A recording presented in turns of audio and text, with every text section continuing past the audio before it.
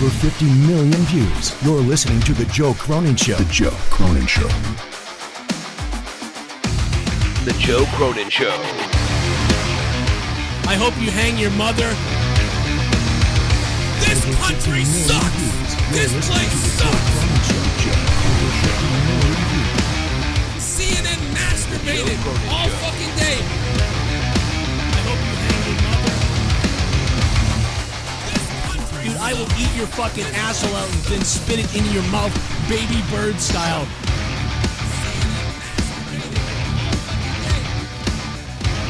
Who wants to go? Call the show. I'll fuck your ass!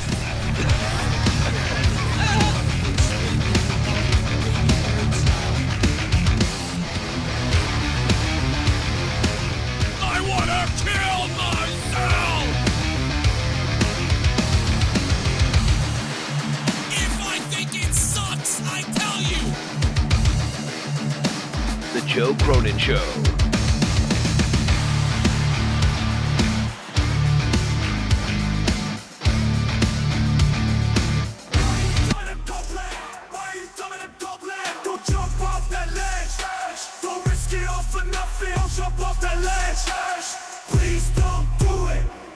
Yeah, you were a legend. In the wrestling world, you got injured. Lost your career, now you're back in a small company with Tony Khan, midgets and cocaine.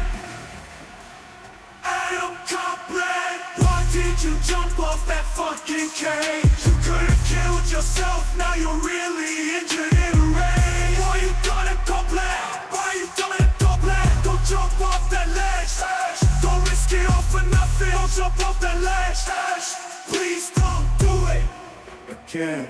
Why did you jump off that cage? Now you're broken and we won't see you for months. You stupid Canadian idiot. How about the Maple Leafs now? How about them Maple Leafs? Unprotected. Now you're at home and unerected. Why you doing it, Copeland? Why you doing it, Copeland? Don't jump off that ledge.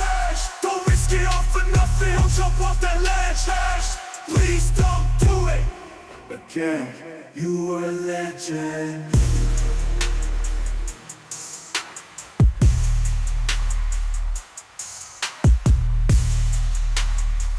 Give me that AI remix.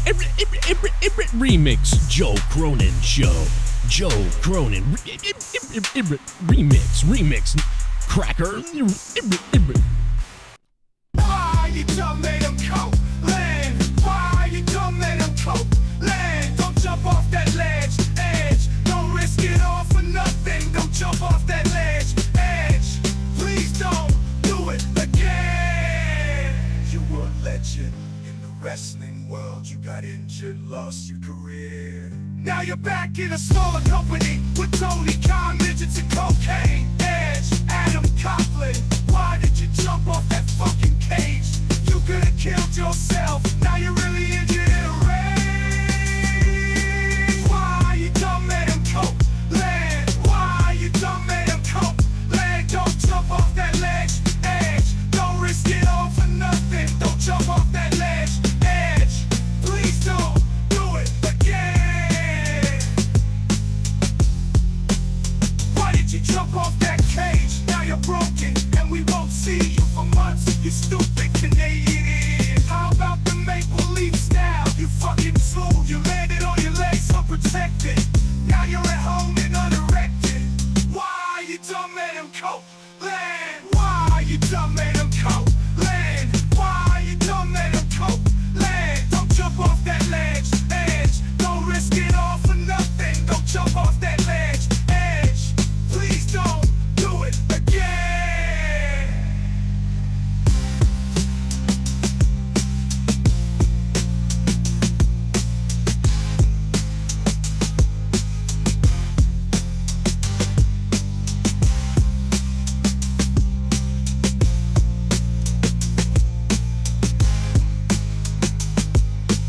Why you done made him Copeland? Why you done made him Copeland? Why you done made him Copeland? Don't jump off that ledge, edge. Don't risk it.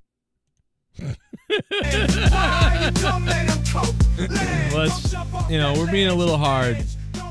we're being a little hard on Edge, you know. Should I button up? Like, this is weird. Like, it's weird, you know. So yeah, if you saw my video earlier, you know that Edge is hurt and he's injured and he might be out for a while. Could be 6 to 8 months. Crazy week. But you know what? Listen, I love Edge. I love him. But now AEW's lost another guy. I mean, you know, as soon as MJF comes back, Edge gets hurt. Mercedes, Edge, MJF. The list of AEW injured is kind of incredible. Adam Coughlin, someone said.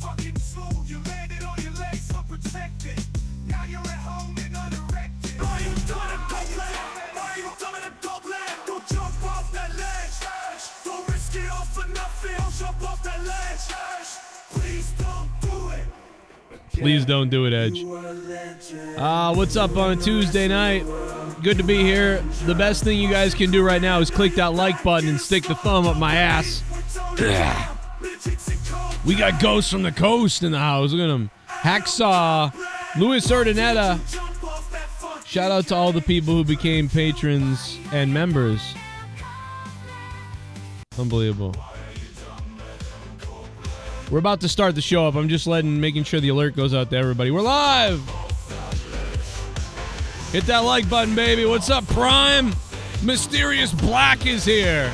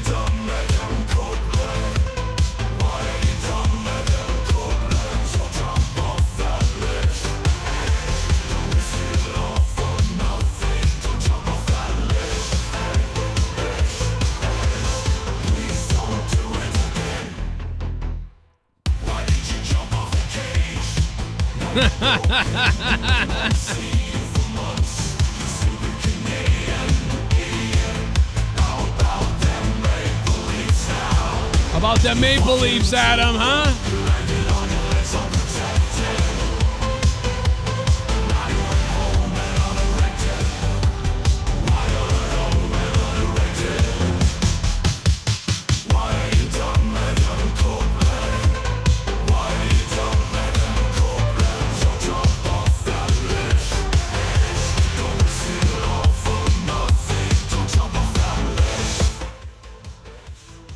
That's right, I made 7 different versions of that song. So just so you know, you guys can vote later on what you think is the best version of that song. We got rap, country, 80s. I don't know what's funnier, but they're all cracking me up, so I just went with all of them. I'm like, you know what? These are all funny to me, so that's good enough for me. Wasn't fun for me! Where is that clip? What a fucking retard. It's not fun for me!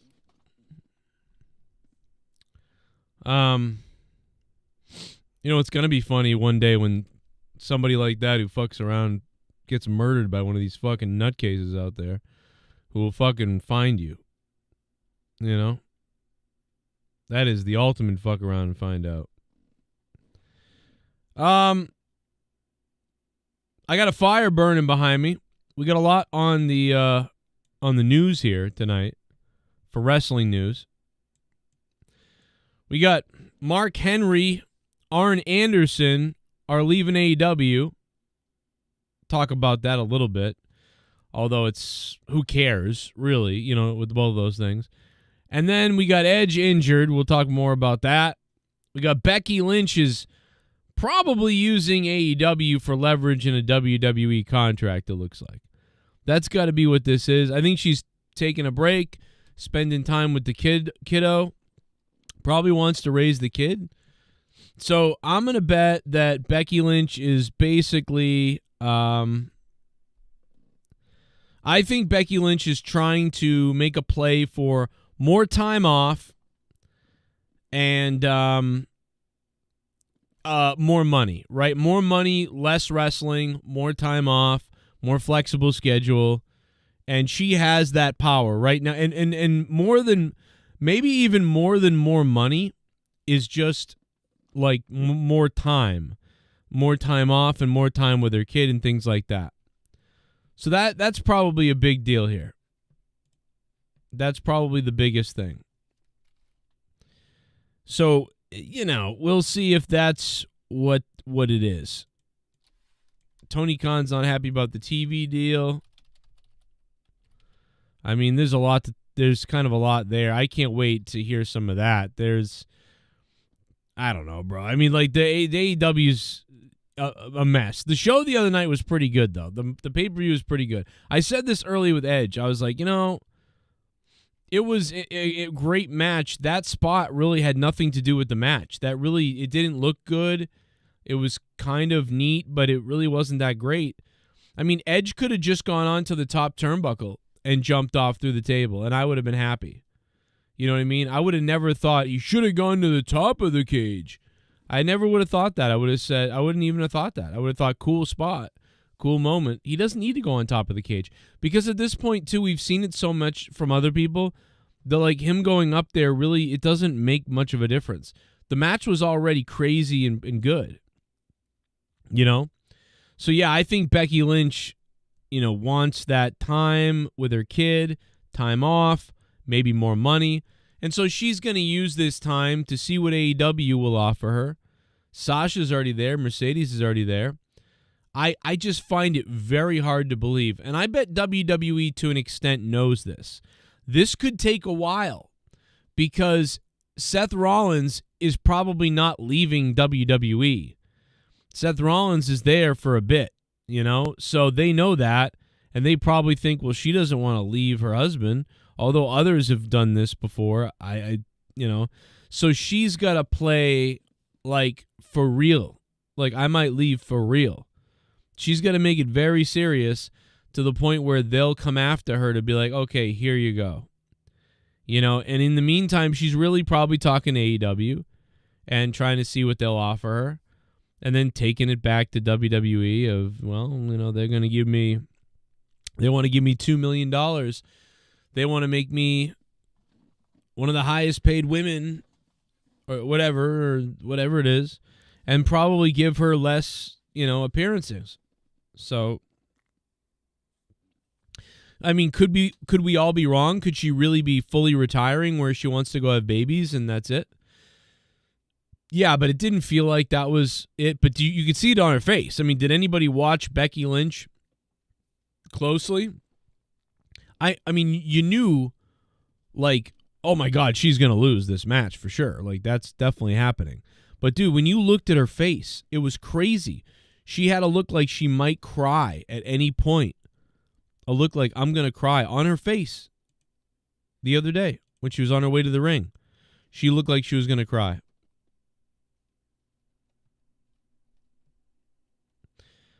People have told me that Sami Zayn is jerking off in a weird shot at the pay-per-view. I haven't seen it. But we'll see. We'll see. Oh, I'm sorry. I didn't put all right. What up, guys? Who's wet? How's everybody doing tonight? How you feeling? Everybody feeling good?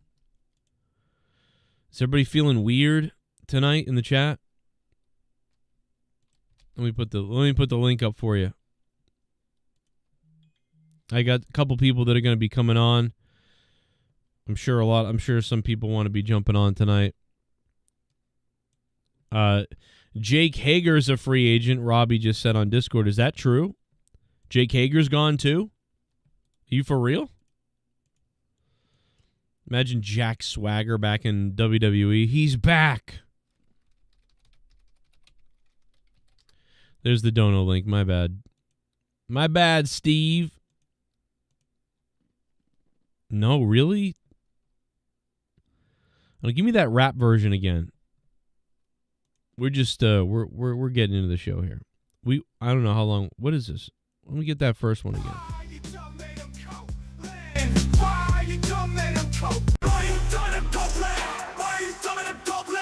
I don't know if I like that one or the other one better.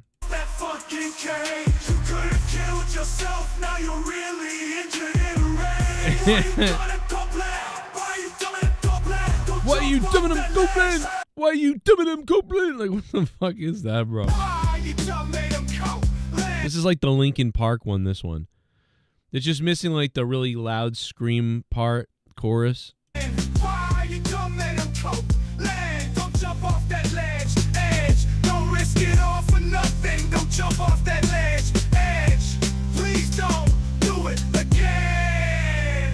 You were a legend in the wrestling world. Pretty good. I could see this in the club. Now you're back in a smaller company with Tony Khan, midgets and cocaine. Edge, Adam Copeland. Why did you jump off that fucking cage? Adam Copeland. You could have killed yourself. Now you're really injured in a rage. Why you dumb Adam Copeland? Why you dumb Adam Copeland? Don't jump off that ledge. Don't jump. Edge. Don't risk it all for nothing. Don't jump off that ledge. Edge. Please don't do it again. Why did you jump off that cage? Now you're Don't broken, jump. and we won't see you for months. You stupid Canadian. How about the make-believe style? Oh my God. I wish Mark Henry would go back to WWE. Well, so Mark Henry's leaving AEW. So Mark Henry's gone. I mean, all Mark Henry was doing was, coming on and saying like, and now it's time for the fight or the main event or whatever he said, which is fine because he was doing, I just spit everywhere because did anybody see that? I just fucking spit everywhere because he was doing the backstage stuff. He was helping the new guys, learning how to do shit, so that was fine. Let me see if I can see me just spitting just now. That was fucking disgusting. Let's see. Would go back to WWE. Well, so Mark Henry's leaving AEW. So Mark Henry's gone. I mean, all Mark Henry was doing. See if I can see it. Was, coming on and saying like, and now it's time for the fight or the main event or whatever he said. Which is fine because he was doing. I just spit everywhere. Oh, I didn't see it. I couldn't see it. Because he was doing. I just spit everywhere he said. Which is fine because he was doing. Oh, you couldn't see it. You couldn't see it. Dude, I would. It just all like splurted out everywhere. Dude, I just spit all over the place. Like, it doesn't come up on the camera. You can hear it the way I sludged my words. But, man, I just spit everywhere. There's fucking, like, that was gross. Like, that was like a. There's a fucking loogie all over the place. So, yeah, so Mark Henry's gone. And what's-his-face is gone as well.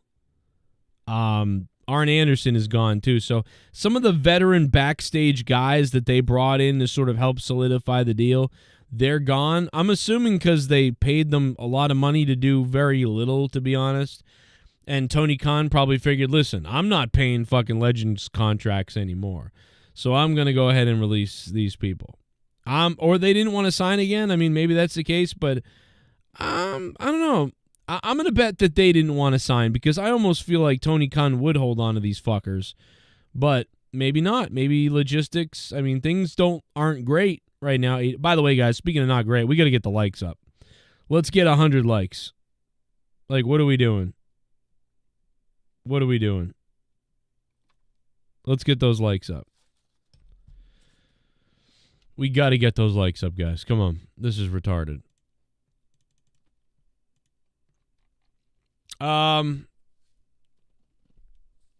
Sexy Red was on NXT earlier if you like hoe bags. So if you love hoe bags, you would love NXT earlier because this bitch was twerking in the ring and fucking, she was dressed like Evil Knievel or something. I don't know what it was. Sexy Red NXT. Do we have like a video or something? Sexy Red looks like, I don't even know. Like the girl next door on the block who like stole your shit, basically. Sexy Red looks like the girl, like a bully. Like she looks like a bully. Like she looks like the bully that stole your fucking, like your wallet, came over, was like, how you doing? How you been? What's up? And then was like, all of a sudden you're like, I don't know, how you been? Oh, nothing. Anyway, gotta go. And then she like leaves and then your wallet's missing. That's what Sexy Red reminds me. Sexy we trust. Look at that. Like the American flag outfit though. Pretty cool. Bro.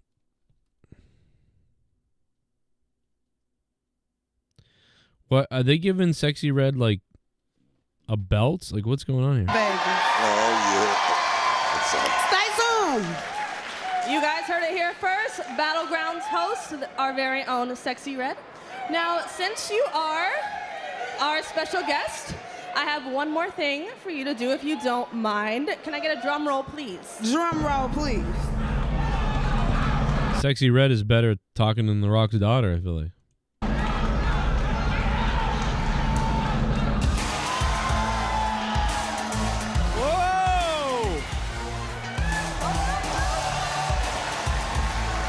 Now, is this a North American Women's Championship? Is that what we're looking at? Because I missed this part. What the hell's Tatum Paxley doing?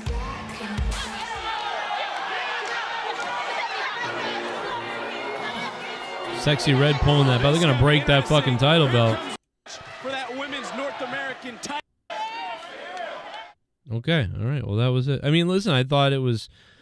listen, anything WWE can do to get the younger crowd involved, not that I don't even know... Do I even know a Sexy Red song? I don't even know what a I don't know anything about it. Sexy Red, I mean, I'm assuming he's like a YouTuber, like musician who got over because of YouTube or something. I mean, I don't know. I don't know shit about Sexy Red. Please explain it to me. Because I don't know. Let's go look. Let me type in Sexy Red. What's something Sexy Red has done? I feel like we watched her before. She has 767,000 subscribers. Sexy Red don't even have like millions of subs. Wow. I mean, and they were worried about China in the Hall of Fame, but little did they know someday they'd fucking Sexy Red would be on here. What the fuck? Bro, I can't even believe that's on YouTube. I can't even believe what I just saw is on YouTube, bro. I swear to God, I saw a camel toe dancing inside of an ass. Oh, she does porn? Are you serious? So, remember when Triple H was like, we can't have China in the Hall of Fame because kids might look her up. Do you see how bullshit all that stuff was, bro? Now we got porn stars showing up. We can't have these people in porn because but Trish Stratus, it's like they just say you want China to die and you fucking hate her. Just say that. Terrible, terrible people, garbage people. Just say the truth because the truth is you hated her because now you've got all these nasty other people in the company and nobody cares. Like, this is nasty. I'm out of town, thugging with my round. My coochie pink, my booty hole brown. Where the niggas, I'm looking for the hoes. Quit playing nigga, cause suck a bitch toe. Pound town, just left Pound town. Let my nigga, he just took a bitch down. Yeah, that nigga. What the fudge? Well, I want to show this girl that I'm looking at. Like, what I'm looking at is like straight up like, I swear to God, if I showed this on my channel, I would have to deal with ramifications. I swear to Christ to you, if I show what I'm looking at right now, even in a still photo, if I show this music video still photo, that's on YouTube right now, but I show it on my channel, I bet I have to deal with problems. Right? So I bet I have to deal with issues if I show what I'm looking at right now, which is bogus because it's on YouTube. A long time ago, I got a strike taken away because of that. I was like, why am I in trouble for showing this? It's already on YouTube. That's where I found it. So why is that video up and mine is down when I just showed what's already there? How can I be violating anything if their video is up with millions of views? And I fought it for like days, and then they fixed it. They were like, oh, we made a mistake. No shit. No shit, you made a mistake. But I'm not going to deal with that, so I'm not even going to show it. I can't even show it what I'm looking at. Sexy red. Jesus. Fucking smooth, you landed on your legs unprotected. Now you're at home and unerected. Why you dumb made him Copeland? Why you dumb made him Copeland? Why you dumb made him Copeland? Don't jump off that ledge, edge. Don't risk it all for nothing. Don't jump off that ledge, edge. Please don't do it again. No, don't do it. Edge off the top. My God, he might have broken his damn legs. Well, this is not the way you want to land, Joe. Straight down on the legs. Look at him flat-footed. Oh, my goodness. His legs could have gone into his hips, Joe. An unbelievable risky maneuver for Edge. And look at that. Oh, no. That is not how you draw it up. I mean, like, that is not how you draw it up. How you drew it up. How you draw it up. I've been going to wrestling shows for over 30 years. Never BBC in all that time tip. have I ever felt until last Sunday. What up, BBC? That my security, my safety, my life was in danger at a wrestling show. Jordan Grace is on NXT Challenge Roxanne for the belt. Right now? Oh, so that's going down, like that's going on right now? It's not like a tournament or something that's coming up later? The belt's on the line right now, is that what you're saying? Wow. BBC tip. Okay.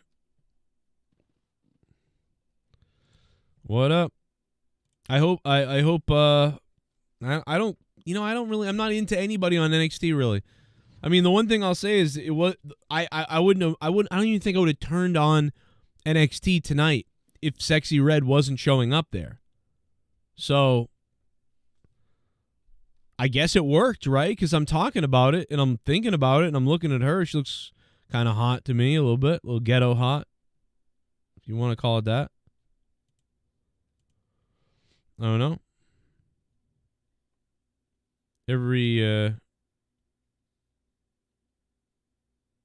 A former heavyweight champion and I have one stone cold fox of a wife. Woo!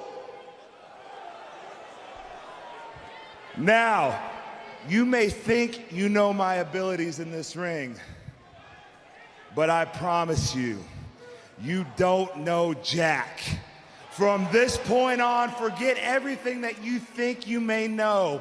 SmackDown Live is a land of opportunity, and I'm gonna be a big problem, man. I'm gonna be a big problem. Oh my God, Jack Swagger cutting that promo years ago.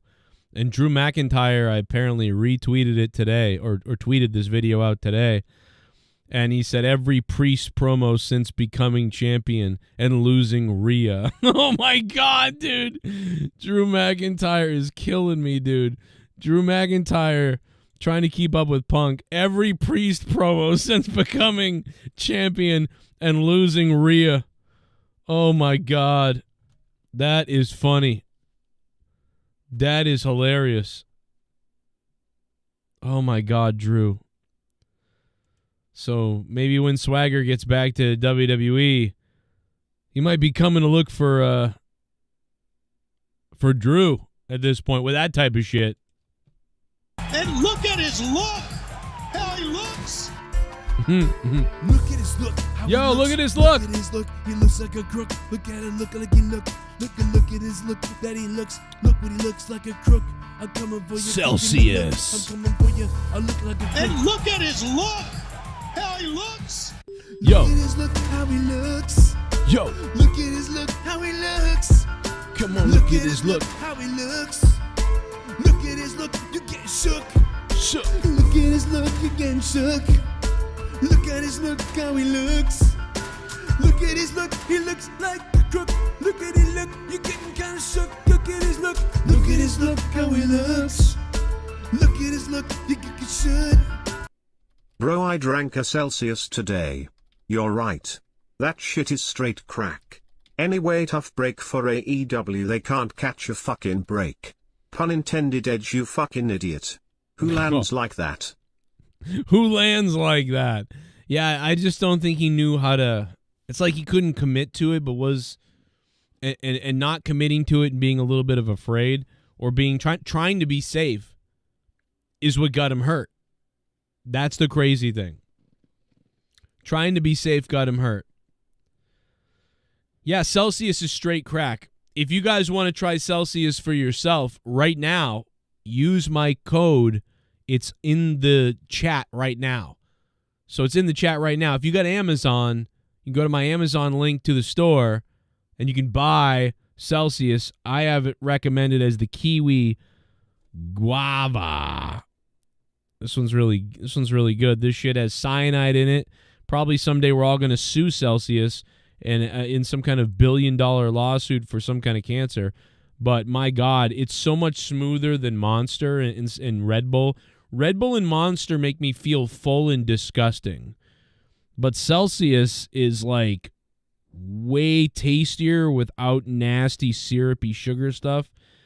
And just, I can't believe it. I wish they would make a lesser caffeine version of this because it tastes so good. But there's so much. This is like 3 cups of coffee. This shit is nuts. This will turn you into a straight crackhead. Like, I don't know, bro. This shit is fire. All right? If you like crack, like, you will love Celsius. I just put the Amazon link in the chat. Scroll up a bit. Buy Celsius from my Amazon. I get credit for it. And anything you buy on Amazon, I get credit for. So feel free to use that link to buy anything on Amazon. I'll get credit. I get about 1.5% of whatever you buy. I think that's about what it is. Some things it's a little bit more. So let's say you spend $300 on Amazon tonight.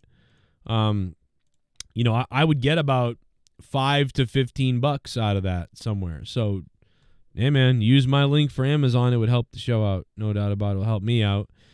And we don't have sponsors here. We just have you guys. So, if you guys want to support the show and fund my show and fund my life, not that we weren't mega funded last week, but that's how you do it. Red Bull is like De Niro. Shit. Have you ever had Bang energy drinks? No, I haven't had those. Check that out maybe. I don't really like energy drinks anymore because they make me feel shitty, and then I also my heart starts going crazy. Like, I'm like 40. I'm not supposed to be drinking energy drinks now, I feel like.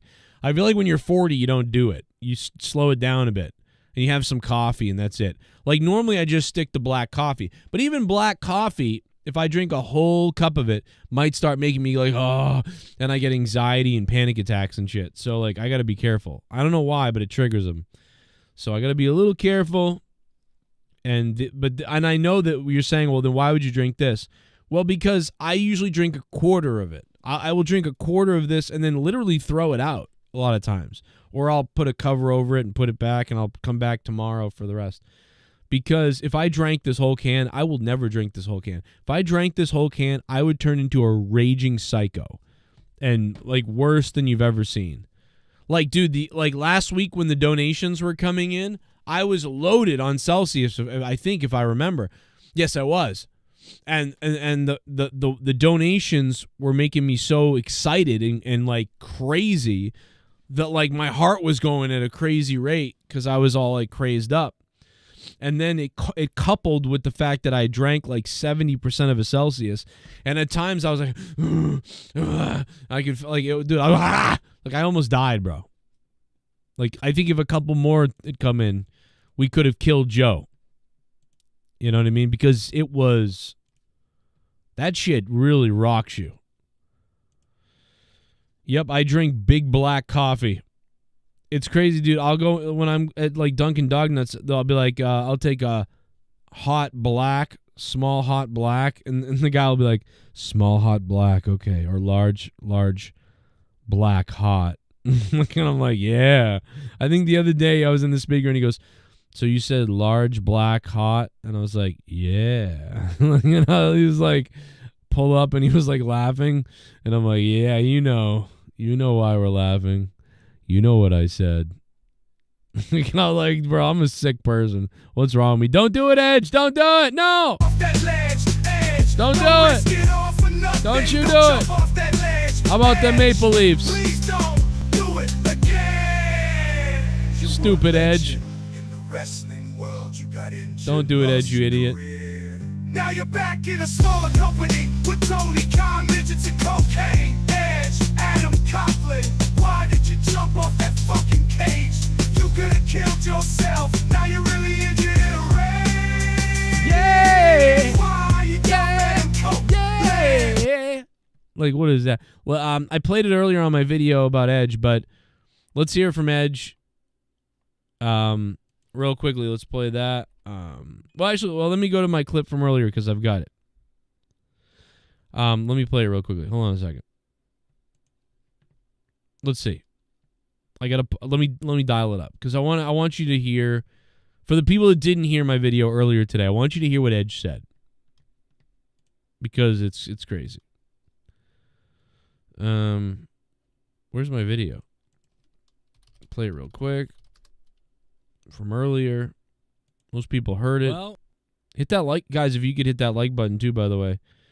Here's what I said about Edge earlier. Listen to this, man. The guy broke his leg, for Christ's sake. He broke his friggin' leg, which is what we were worried about when we were watching it.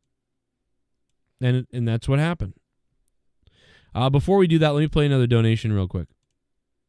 Super Chat Party. So Super Chat from Haystacks Monet. The Adam Copeland fall so reminded me of Jim Cornette's scaffold drop in 1986. That's a great point, Haystacks. It was very similar to that.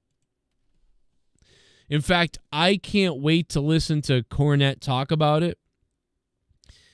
I think he'll probably he'll bring that up. I think he'll talk about that. And maybe compare the incident, why they're similar and not similar. So I would look for that from Jim Cornette, you know, because I think he will, I think Jim will talk about that. So, hey, Stacks Monet, thank you for the dono, man. Is that the top? What's the top one?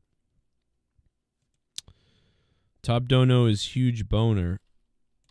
69. So yeah, I think Cornette will talk about that. There's a couple of things I want to hear Cornette talk about, you know, because there's some weird shit that has gone on this week. And like I said, I haven't been listening too much to a lot of people talk wrestling last couple of weeks because I've been really busy. But I would be curious to hear what he has to say. Okay, let's hear the Edge clip real quickly. And I'll be right here. We'll just listen to this clip. And now how long is he out for? Because he was one of the main attractions, and that was one of the best matches of the night. So what's this mean now for AEW? They lost Edge now?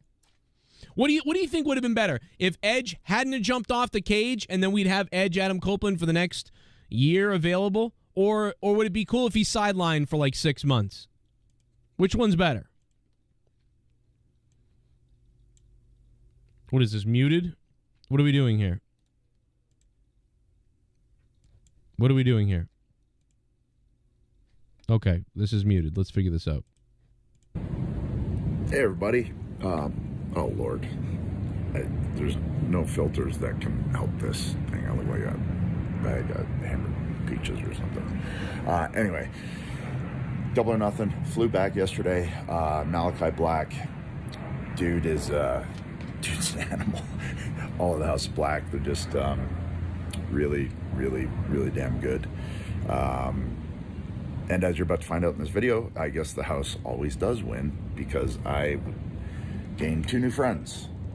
I don't really like them. They're kind of like those buddies that just annoy you, but they're always there.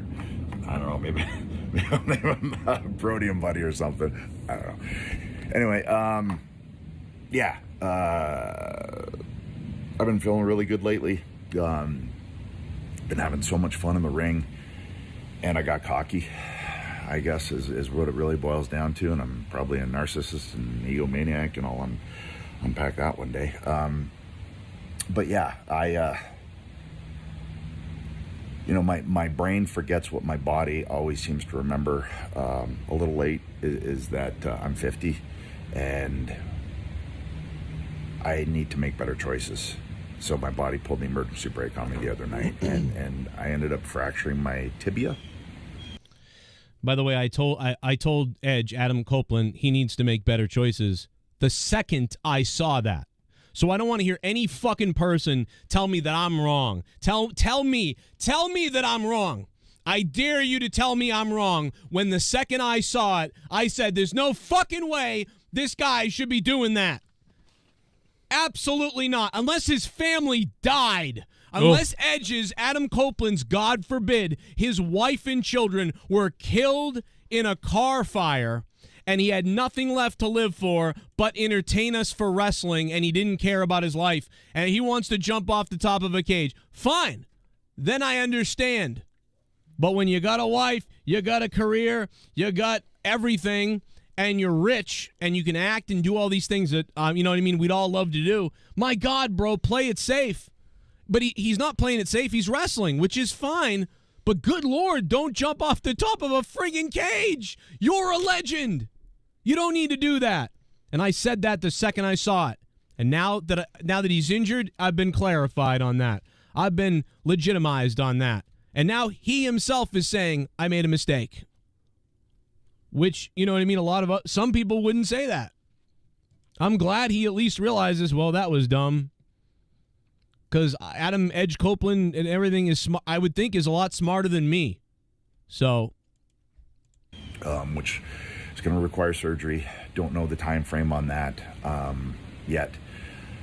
Ruby's birthday's Friday, and I really want to enjoy that and focus on all the positives that I have in my life, because there's way more that than the bad. End it. Go away. Go be with your family, and don't ever do this again. I mean, if he wants to come back and wrestle a couple matches, sounds good to me, but don't ever do something like that again when you have a young kid right now. Stop it. Leave that to everybody else. You don't need to do this anymore. You can just have regular matches and be rich and entertain people that way. If that cage moment didn't happen, it wouldn't have mattered. That match was maybe the best match of the night, or one of the best matches of the night. It was really a good match. That last spot, that thing didn't need to happen. Let's say he even went through the table the right way and he didn't get injured. I mean, yes, it would have helped a little bit and maybe enhanced the match a little bit, but you know what? The match was already ended up being good anyway. And that ended up not making it better. In fact, it looked rough. So, I appreciate, though, that he's trying to entertain us, though. I really do. I get that. And even this surgery. I know what I got to do. I'll find out the time frame kind of next week and everything. Yeah, sorry, don't really know what I'm going to say. And I'm still half asleep. But so pardon the appearance and all that good stuff. Anyway, I will see you soon-ish. And guarantee you look better than 90% of the neckbeards watching this video, including me. In the meantime, everybody good. Try and be happy. All right. Well, there you go. I mean, there's the rant, there's the audio, and the one of the biggest things though that I get out of the whole thing, you can be mad and you can be crazy and flip out and be like, "That's a stupid thing to do" and whatever. But one of the things I can get out of it is that at least like he knows this. Everything I'm saying, it's like he knew it right away. He was like, "What the fuck was I thinking?" He thought that right away. He knew it right away. Like, what am I doing? Why am I doing this? Why did I do this? And I should have never done it, but I get it because How many other countless people have done crazy stuff like that, and it like makes the thing better, and the fans get excited, people get excited. Thought it was a good idea. A lot of times it works out fine. I mean, Becky Lynch looked sad the other night too, by the way. When she came out to the ring, when she came out for her match, she looked sad and destroyed and crazy.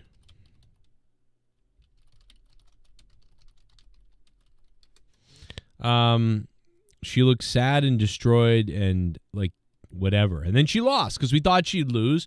We knew she was losing. We knew she was taking time off one way or the other. And all that happened. And again, like I think, and you know what? I'll even put up a poll about Becky Lynch. I'll put up a poll right now. By the way, we'll talk about whatever you guys want. You want to talk about movies coming out? You want to talk about the world? You want to talk about, conspiracy theories, space, dogs? You want to talk about AEW, WWE? You want to talk about life, the world, whatever you want to talk about? We'll do it. It's open lines here. Open lines tonight. I'll put the phone line up. Open lines. Whatever you want to talk about. Or you can donate. If you want to donate, Streamlabs link is pinned to the top of the chat like always. Or you can super chat, or you can become a member and all that stuff. Feel free to do whatever you'd like. But it's Tuesday Night Rage. Anything's on the table. I'm sure I will have a flip out at some point in a bit, but I'm going to calm down for a few. Let this Celsius sink into my veins. Which, by the way, if you guys want to get Celsius and support the channel, my Amazon store link for Celsius is right here. Boom. There it is. What up, Jay Swiss? Thanks for being a member. You crackhead. Thank you, man, for being a member. Oh, my God, brother. Where's my fucking soundboard, by the way? Did I play the... Yeah, I'll play the dono. I'm sorry. Shit bum. The night You shift. think Gunther is the next champion?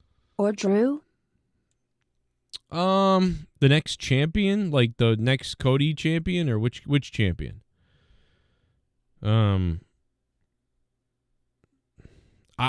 think that Gunther... I think Gunther's on hold right now for a bit. And he will potentially become champion, Gunther, I think. At some point, they seemingly are close. They're setting that up right now. And I think that's the reason why they gave him the King of the Ring, right? Because Gunther lost the Intercontinental Championship at WrestleMania, right? So Gunther loses the title at WrestleMania, I believe, right? That's what happened, or am I senile? And so, that leaves Gunther with nothing. So they have the King of the Ring tournament, and Gunther becomes the King of the Ring. So now Gunther, whether he were to become champion in a month, 5 months, 8 months, I would say that King of the Ring is good for... It's good for a little bit. It's not... You can sort of parade around like, I'm the King of the Ring champion for a little while. For about 6 months to a year before it kind of wears off.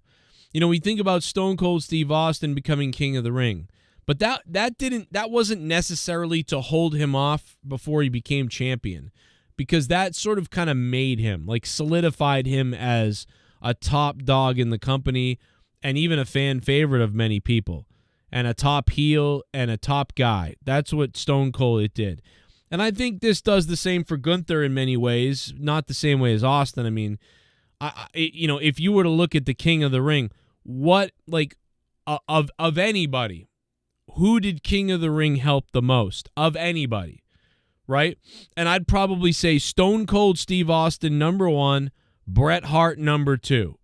Bret Hart, it was the consolation for what they did to Bret Hart at WrestleMania 9, and it helped solidify him after WrestleMania 9 that, listen, Bret Hart is a badass, is one of the best wrestlers. He is a king of the ring. Like, he's a big deal. And that helped him go into WrestleMania 10. Bret gets cheated at WrestleMania 9. He doesn't even lose fair and square. He got cheated. So King of the Ring helped prop him back up. And then going into WrestleMania 10, of course, so he had that steam. Just like Gunther. Gunther's the Intercontinental Champion all this time. Big dude. Loses it at WrestleMania. Now he's the King of the Ring champion. Props him back up again. And at some point, then he can win gold again down the road. But he's got something to prop him up, and that's King of the Ring. So that's what this is. Triple H knows how to use King of the Ring probably better than anybody after what happened with, Triple H in King of the Ring and then Stone Cold in King of the Ring. There's no doubt about it that's why, Triple H knows exactly how to handle that. Why you dumb man, cope? Leg, don't jump off that ledge. Edge, don't risk it all for nothing. Don't jump off that ledge. Edge, please don't do it again. Why did you jump off that cage? Now you're broken, and we won't see you for months. You stupid Canadian. How about the maple leaf style? You fucking fool. You landed on your legs unprotected. Now you're at home and unerected. Why you dumb man, Copeland? Why you dumb man, Copeland? Why you dumb man, Copeland? Don't jump off that ledge. Don't jump off that ledge, Edge. Yo, chat, hit that like button. Let's go. Get those likes up. Trump verdict emergency stream when it's read. What time is it being read, Haystacks Monet? Do we know when the Trump verdict is being read? I was going to go live tomorrow, so maybe we can do it tomorrow. Is it tomorrow or tonight? That'll be interesting for all you political people out there.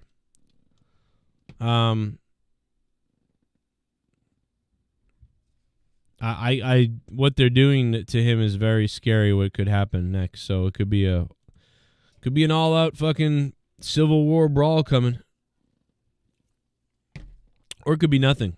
Like always, it's always nothing with that and him, Edge said before this was going to be his last year, and now the injury will keep him out longer than that. I just got that message from Jake DeMarco. Unbelievable. Unbelievable. That's crazy. What up, John? Thank you, bro. Huge Boner, thank you for the donation as well, man. Huge Boner single-handedly paying the electric bill. Let's pull up the chart right now, real quickly, just to honor some of you guys. Let's pull up the rankings for this month because we've only got a few days left in the month right now. It's May 28th. We got 9, 30, 31, so we got 3 or something days left. Here it is. That is the unbelievable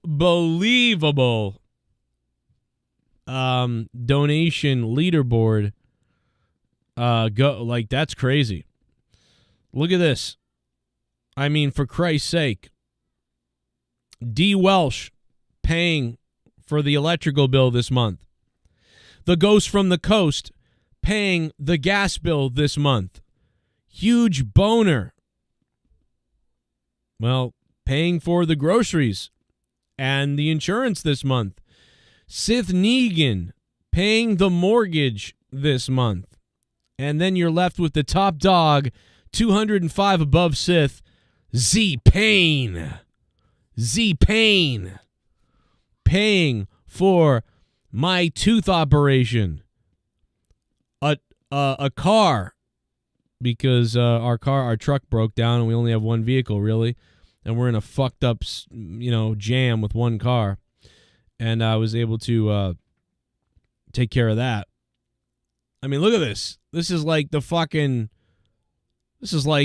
Christmas or something. Z-Pain and the top dog, 32 over Sith. Huge Boner. A ways away behind Sith, but he's up there. Ghost, D. Welsh, Tim Drake, and Drew Bar even making the $100 spots in 7th and 6th place. Doomed, who found me via Star Trek channel. Thank you so much, Doomed, Bro, he found me because of my Star Trek channel, and he's donated $42. Not to mention, Dork Knight, who dropped a couple the other night, and we're friends from my Star Trek channel. Leonard Kitty Kisser, I don't even know what to say about that guy. And Colonel Stutters, rounding off the bottom in the top 10. You should be celebrated. You still have time to make this leaderboard if you wanted to. Anybody out there? Because I think people could beat Colonel Stutters, Leonard Kitty Kisser, and Doomed Huh, and even maybe Drew Barr and Tim Drake. But it's going to be hard to take 5th place on D. Welsh. But, there's a lot of spots there to be had in the end of the month, which I swear to God I'm going to get this screen printed. I don't know if I'm going to put it on a T-shirt. I'm going to do something with this plaque. I don't know what to do. The month of May, the May Miracle. We'll call this month the May Miracle. The Pathfinder says definitely a pedo, it looks like. Yeah, he might be a pedo. That's a little concerning, let's be honest. A little strange. Yeah, it's a little strange. Joe watched the video of NYPD and the little girl going crazy on them. NYPD little... Adam Cruz, what's up, man? Thank you. Haystack Simone says, thinking next week, hoping for JCS... Wait a minute. Thinking next week, hoping for JCS fall on a day off of short work so JCS get that money. Okay. Well, I'm off on Wednesdays. I'm off every Wednesday, so I'll be live tomorrow as well. I'll be live tomorrow during the day, just like last week, with a little stream in the day. And then, of course, at night, one more time, I'm making a special announcement. Because of what happened last week, me and Jake DeMarco are going to go live for free again on YouTube. Out of Nowhere is back live free again tomorrow. But for the patrons who have signed up for the Behind the Paywall Out of Nowhere, we are going to drop a bonus thing. We're going to have a big bonus thing on Patreon for you guys. So look for that. It's going to be probably about an hour or so behind the paywall on Patreon. It was weird because the week before we were on Patreon, we did really well, and it was behind the paywall. So me and Jake will have our show behind the paywall for everybody, but we'll also be doing Out of Nowhere tomorrow night live again and free on YouTube. So because why not when it gets funded like that for everybody? But we'll have extra stuff on Patreon to make up for it. Yeah, Haystacks, it could do that, no doubt about it. No, jury instructions tomorrow, says Luis Ordinetta. Okay, so tomorrow's the day to do it. I can see Jesse Ventura, the leader of a Mexican drug cartel. I'm the leader of a Mexican drug cartel. Did you know that? And here's the thing, McMahon. Nothing's wrong with that either. I'm not Vince McMahon. I'm Jake Roberts. Why do you always forget my name? I'm your fucking co-host. I forgot. Well, because I've got PTSD, Jake. Do you remember that? I bet you didn't know that 9/11 was an inside job either, asshole. By the way, did you know I live in Mexico? Because I do. You said that every fucking podcast. Jesus Christ, Jesse. I've done crack cocaine, speedballs, and heroin, and you barely ever did drugs. And I remember this shit better than you. Well, that's not my problem, Jake. Why don't you go bang a snake again, you pervert? Okay. Come on out, you rapist! Okay, guys, come on. Hey, the Bep Jr.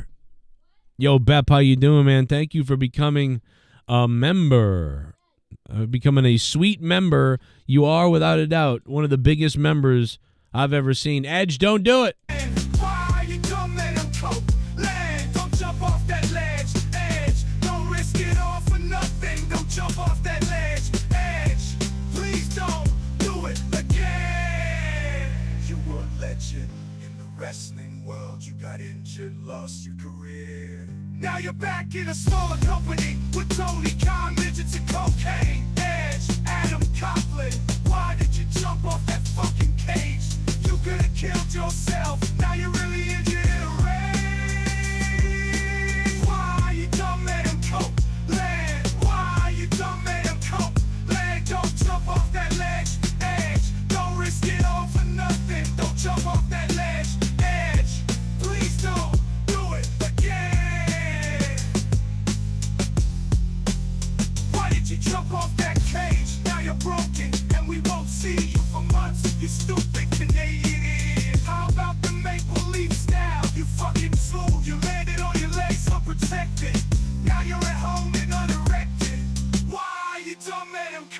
Land, why you done made him cope? Land, why you done made him cope? Land, don't jump off that ledge, edge. Don't risk it all for nothing. Don't jump off that ledge, edge. Please don't do it again.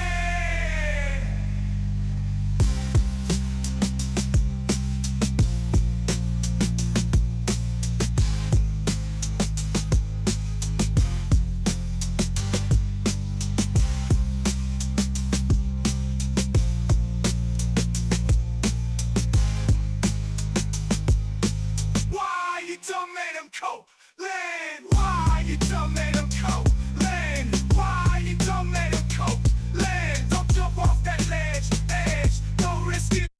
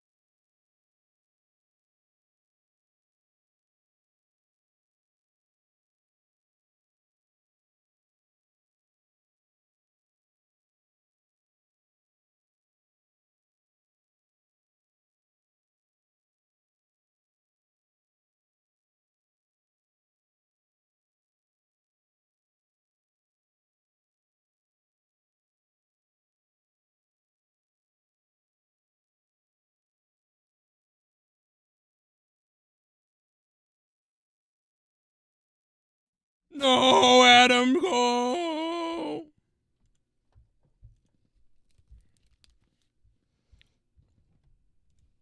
Sorry. Kids needed dad for a second, so bear with me. I had to run up to my kids. I was actually making my kids Velveeta. They get Velveeta tonight. And I had to fix the Velveeta up a little bit. So I thought I could throw on the song for like 40 seconds, run upstairs, pull it, mix it up, and figure it out. But I had to put it in for another 30 seconds. Whew. I'm out of breath. I'm back. Had to be dad for a minute. See, back in the day when Leah didn't work, I didn't have to get up a lot. But now I get up a lot. Let's see. Where was I? What were we talking about? We're talking about Edge jumping off a cage. Oh yeah, we talked about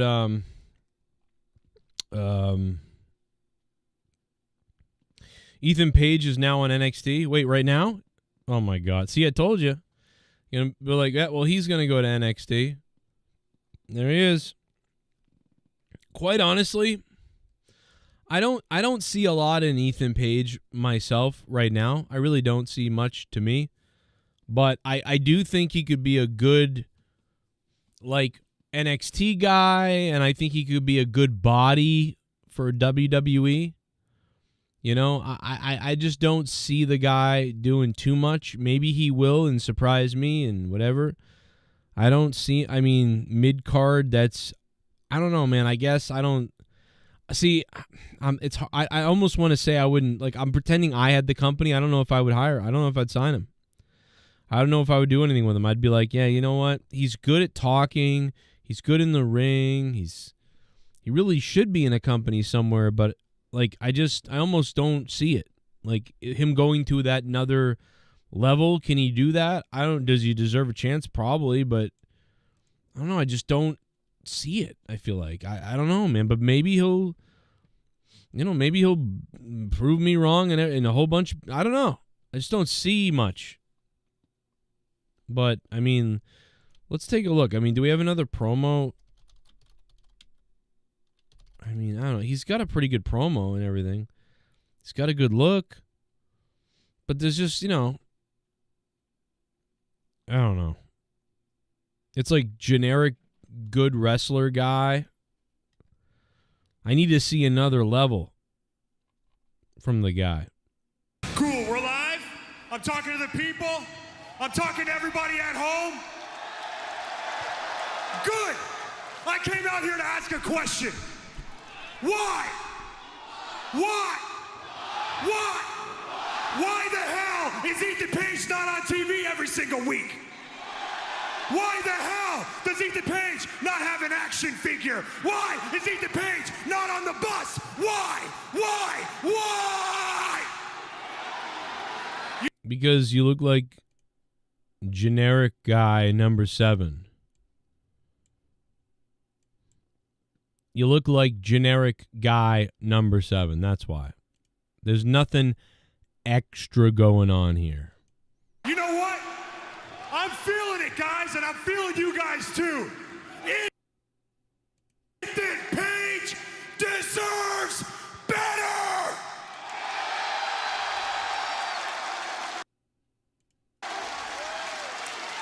Hold on. Why would you guys cheer? Why would you guys cheer? Hey, when Ethan Page's t-shirt goes on sale on Shop AEW, you morons aren't standing in line. You're not the ones making me a top 10 seller. No, you nitwits are first in line for an Orange Cassidy thumbs up. You're first in line for a CM Punk t-shirt. And you're first in line to believe whatever BS Eddie Kingston's spitting out. But Ethan Page? No. You don't have Ethan Page's back. And every single week that Ethan Page isn't on TV, this company and these moronic fans are leaving money on the freaking table. Wow, Ethan Page didn't even realize Stokely Hathaway has been there. Business card. So, I don't know why, but this was very corny. Very corny. Like, Ethan Page is in the ring, like, nobody likes me, I'm not selling anything. And then Hathaway is, like, weirdly, What's like... he got to lose? He's unhappy. Why is he walking away like he's in a trance? There's a Mickey man. Depends on the percentage, but I hear you. And apparently, Stokely Hathaway making a very compelling... I get it. Like, totally get it, right? We all get what that was there. But again, the guy is good at speaking on the mic. He's good at going out there and delivering his own promo for the most part and written promo, whatever. He doesn't really have trouble on the mic. So that's a good, solid thing that Ethan Page has going there. No doubt about it. But he's just missing that extra level. That's what we're all looking for, is that extra level from him, jumping out of the generic spot into something that's more exciting, important, or memorable. Like, he should have... I wish he thought of something a little bit more crazier, or a catchphrase to say at some point, or something to say that's, like, going to define him a bit. And, you know, when you think about all the wrestlers, like, try to think about what makes everybody, right?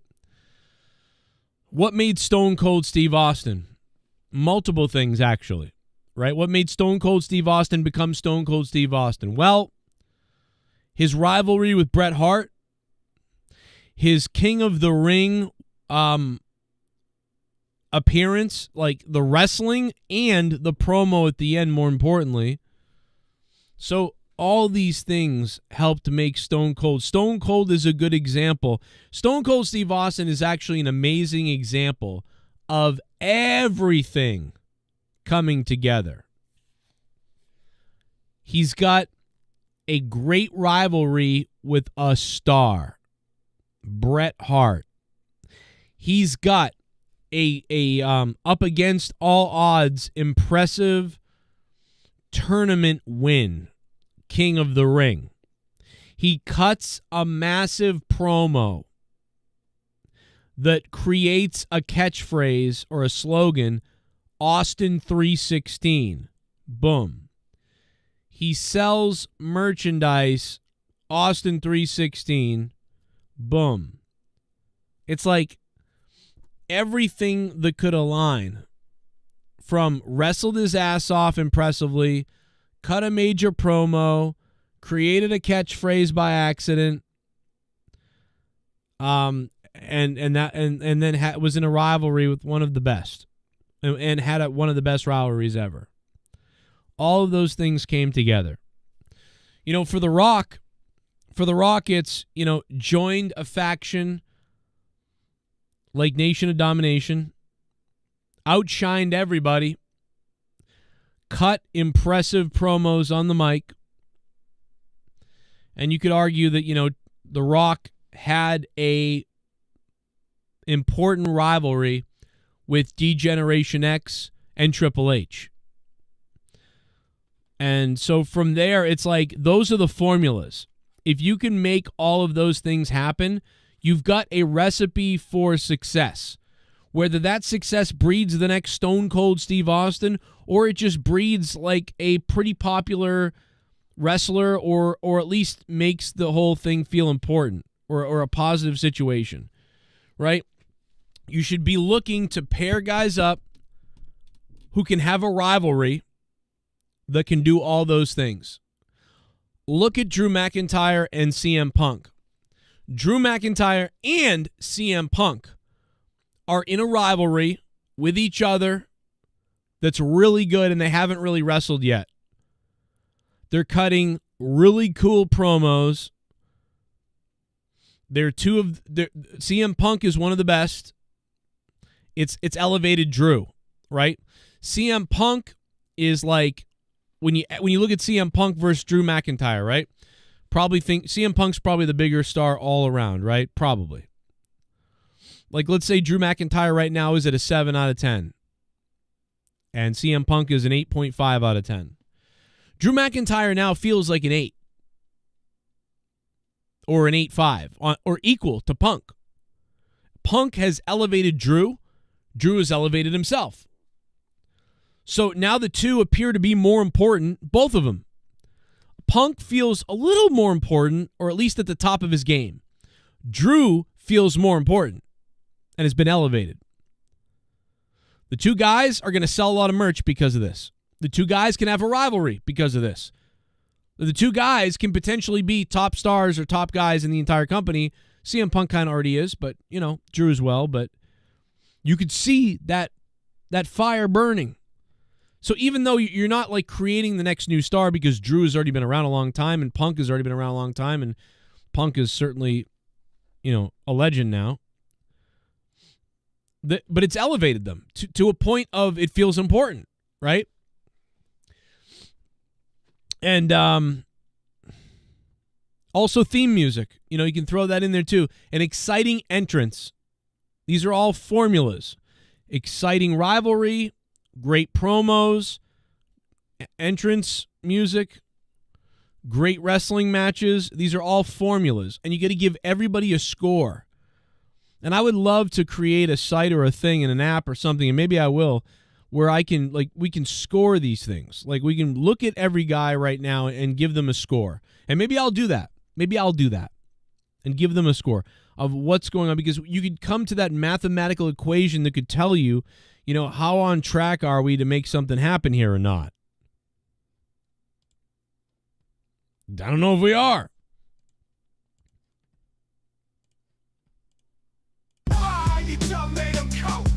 Let me see you do it again, Edge.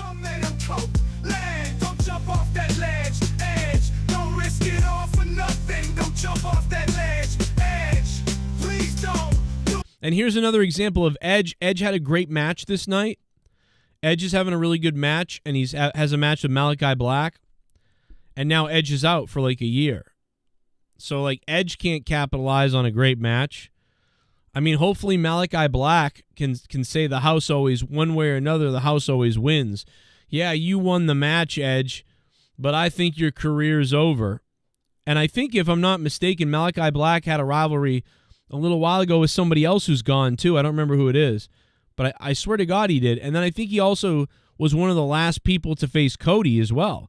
So, Malachi Black in the House of Black should really be running with this idea that when you step in the ring, with whatever the fuck they're called, the black people, like, I don't know, Malachi Black, the Black Order, or whatever they are, fucking remember, you don't leave the same. There's no 3 matches. There's no rubber match. There's none of that. Because after one, you're done. Win, lose, or draw, your body won't be able to take a second match with me. Whatever we are. Always bet on black, says Alex Cantu. See? Do it again. You were a legend in the wrestling world. You got injured, lost your career. Now you're back in a smaller company with Tony Khan, midgets, and cocaine. Edge, Adam Copeland. Why did you jump off that fucking cage? You could have killed yourself. Now you're really injured in a rage. Why you dumb Adam Copeland? Why you dumb Adam Copeland? House of Black. Don't jump off that ledge. Edge, don't risk it all for nothing. Don't jump off that ledge. Edge, please don't do it again. Why did you jump off that cage? Now you're broken and we won't see you for months. You stupid Canadian. How about the maple leaf style? You fucking fool. You landed on your legs unprotected. Now you're at home and unerected. Why you dumb Adam Copeland? Why you dumb Adam Copeland? Why you dumb Adam Copeland? Don't jump off that ledge. Edge, don't risk it all for nothing. Don't jump off that ledge. Edge, please don't do it. Do it again.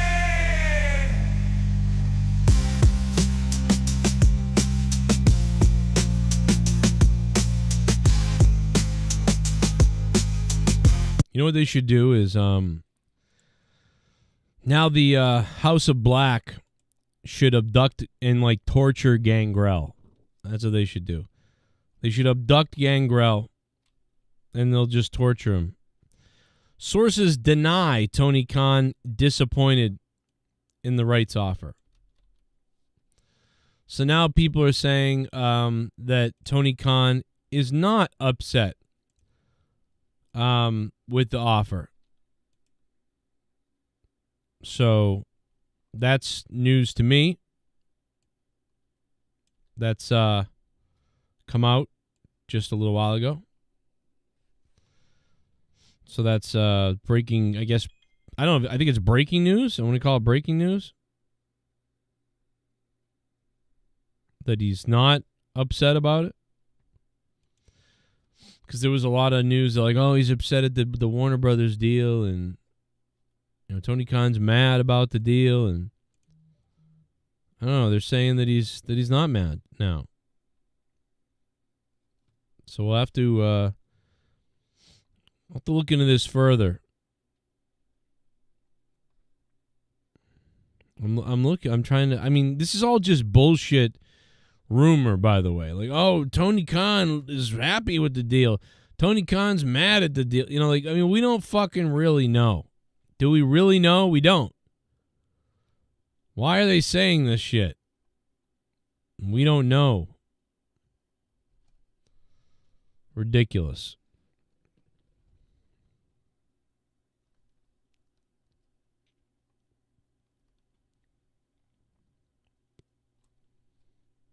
Let's hear from Kevin Nash. Tony Danza for life was watching. He says, Kevin, please at least try to add to conversation.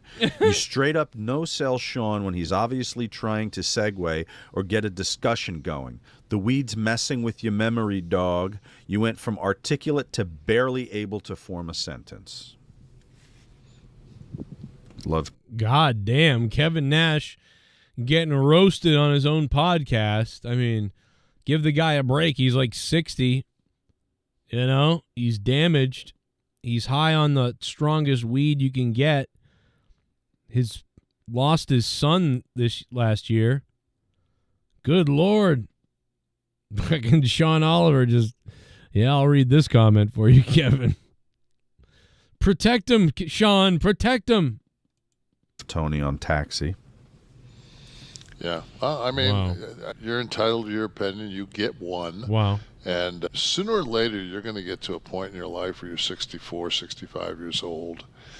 And you get up when the fuck you want to. You do basically what the fuck. Well, dude, I hope.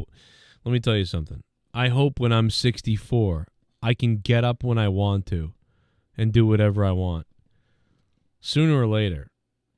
I'm sorry. I don't know. Maybe, like, right off the bat, listen, I love Kevin Nash. He's a fucking man, all right? I love him. Great dude. Follows me on Twitter. Been a fan of him. But I mean, like, bro, most people are not going to get up when they want to at 64. How many people do you think are going to really be able to retire at 64 with the way things are going nowadays? You know, not everybody's, you know, made millions of dollars in wrestling. So I don't think that's going to happen for most of the people, especially, well, maybe they're all on disability. You know, I don't know. You want to.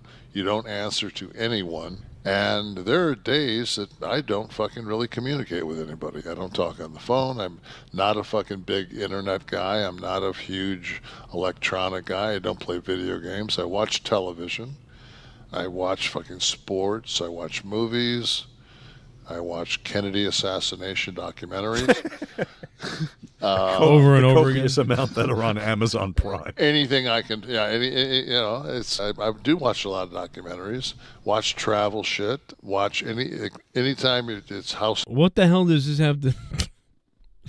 Like, is this all just to say he doesn't give a shit about what he says on the podcast? Because what does this have to do with? I love this. I don't know. Hunters buying homes in Europe. I do that.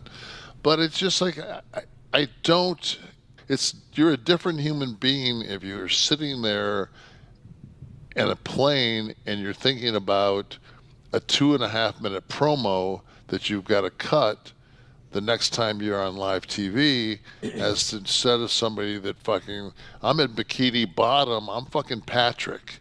I'm like, Dee! I have nothing I have to fucking do, dude. Sean is still fucking an intricate part of society. He's molding people. He's doing what Sean does. Sean writes. Sean reads. Sean does a lot of fucking, like my wife was, when she kind of saw his resume, she goes, wow, like your partner, because she didn't know Sean. She was like, your partner is articulate. He's multi-talented. I said, yeah, that's why when T said you should do a podcast, I went to Sean first. But at the same time, hey man, if you followed my fucking career, you know one thing.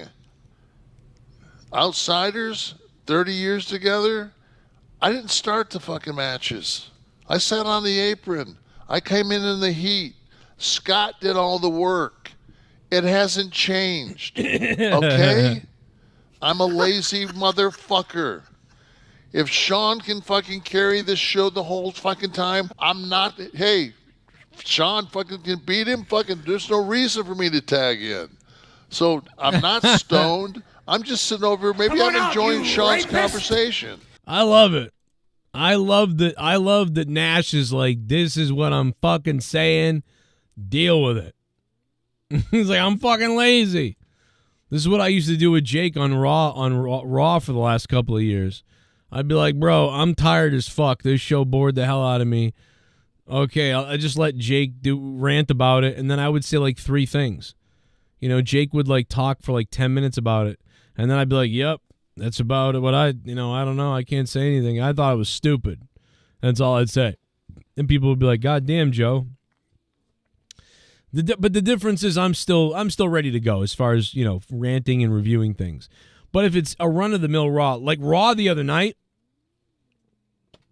aside from the Liv Morgan kiss thing, that's all I saw everywhere. Everybody's talking about the Liv Morgan kiss, and this kiss, that kiss, this kiss, this kiss. That's all people were talking about. And apparently it didn't even make it on the air for people to watch live. I guess people didn't even see it, which is fine. But I mean, like, what? They fucked up in America. Sean reads and writes verse, look at the adjective guy. I thought Kevin was going to say my wife sleeps with Sean also. That's funny. So sometimes I like Kevin Nash. I like the podcast because Sean is good, and sometimes I think what the person's complaining about is sometimes Kevin Nash adds a lot, and he comes and he like really delivers like some interesting shit, and then Sean bounces back with him, and it's really good. You know what I mean? Like when they're going, it's great. But when Kevin is really sleepy or he's not interested, it's like Sean says all this stuff and then Kevin says, "Yeah, that's what happened. I don't know. Okay, well, on to the next thing." You know, so so what I can say is, I mean, what are you going to do? If that's the way he wants to answer it, that's the way he feels, and that's what he wants to say, that's what he wants to say. But what I can tell you is it does make for a Dr. Jekyll and Mr. Hyde-like podcast, which is fine. You know what I mean? Do whatever you want to do. But what I can tell you about Kevin Nash's podcast with Sean Oliver, click this. What I can tell you about the podcast is 50% of the time, it's super entertaining and I want to binge it. 50% of the other time, it's just kind of like, I didn't need to listen to this at all. Like, I didn't really get much out of this at all. Like, what's going on? It's like a different podcast. It's like two different podcasts in one, which is fine. This is the way it is. But if you clip the best of it, it's like really good. But if you clip the worst of it, it's like a snooze fest. So that's what I will say about the podcast. So whatever people want to do. But overall, I'd give it a 7 out of 10. It's good. I think it's good. But I get what is being said there. I jump in when I have to and when I want to. Obviously, that day I didn't want to or need to. So shut the fuck up. And if you don't like it, don't watch the goddamn show. Sometimes you have something to say. Sometimes you don't. Sometimes, sometimes you want to listen. Sometimes you want to talk. Sometimes you want to tell me that I stepped all over. Man, I love Kevin, but man, I wouldn't see. That's not one of the times I would say don't watch the show. I would say to people, Duncachino? Not Duncachino, Don't mind but if I do. Haystacks Monet. What up? It's a whole new game. Duncachino. You want creamy goodness? I'm your friend. Say hello to my chocolate blend. What is so wild about NXT moves tonight and Copeland injury is that USA pooched the Kiss on Raw last night. Liv Dom Kiss OMG so goose. As the IWC is saying we gonna have a custody match eventually. Oh my god, dude. Who did you send me that, Haystacks Monet? Somebody sent me, let me tweet it out so I can just go get it. Somebody sent me the Dom Mysterio, like from when he was a kid with the ladder earlier today. And and it said that. It said there was going to be a custody match. Dude, I was fucking dying. I don't remember who sent. Oh, I know it was. It was Marcus McIntyre. Oh, my God. Haystacks Monet, thank you so much, bro, for the donation. Thank you guys for the donos. We're doing some donos here. Here it is. Oh, my God. Haystacks Monet, thank you for the $11. Here it is. Here it is. Custody. That's creepy that it's the picture of him as a kid, though. They probably should have used like him as a grown-up behind it, like extending above his head, like as the grown-up. I don't know, but like it wouldn't have been funny without the reference to the kid thing with Guerrero. That is hilarious. Mommy supremacy. Oh my God, bro.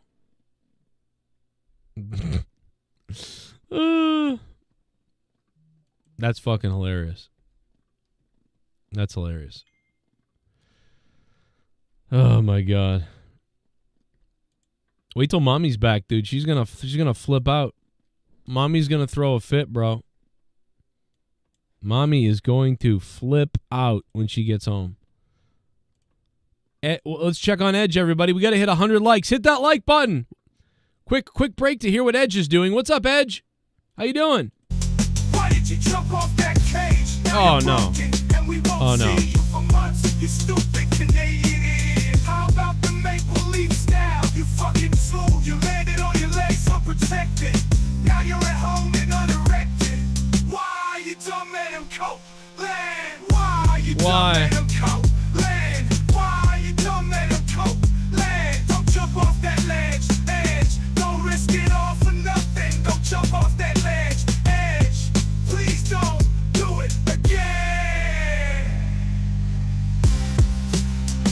Oh no, Edge is up above. What's he gonna do? No, my God, from the top!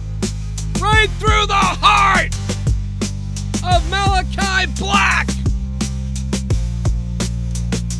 The black heart of Malachi was staring straight to hell itself.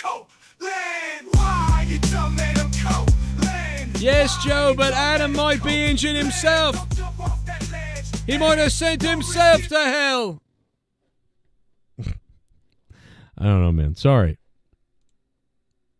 Why did you do that, Edge, Adam Copeland? 339-226-6610. We're going to open up the phone lines. So if anybody wants to call up, we can get you on the show. I think the phones are working. I don't know. Make sure you're ready to go. Say something. You know, we don't want any, hey, what's up? How you doing? I don't know. I just thought I'd call. Okay. What's up? Well, I just wanted to call. Don't do that. 339-226-6610. Becky Lynch's contract up. She's going to, I think it's a no-brainer. It's a no-brainer for Becky Lynch to be like, listen, I'm going to play hard to get with WWE a little bit, to drive my contract up, and to ask for more, maybe more money, but more importantly, more time off with like my kid and whatever else. So I don't really think that, it's like that she's going away fully or anything like that, although that's been a thing said.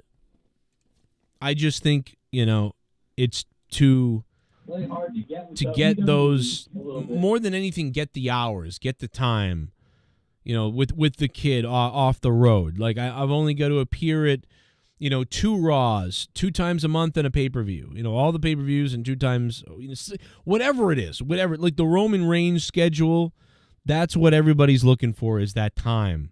Oh, listen, and she might even do this. She might say, listen, I don't remember what her contract is. Let's say it's $1.5 million. I don't remember what Becky's contract is. $1 million, $800,000. I don't know. Let's say it's $1 million, right? I forget. Maybe it's more. But let's say it's $1 million. She's like, yeah, you know what? I want to re-sign for the same money, but I want this time off.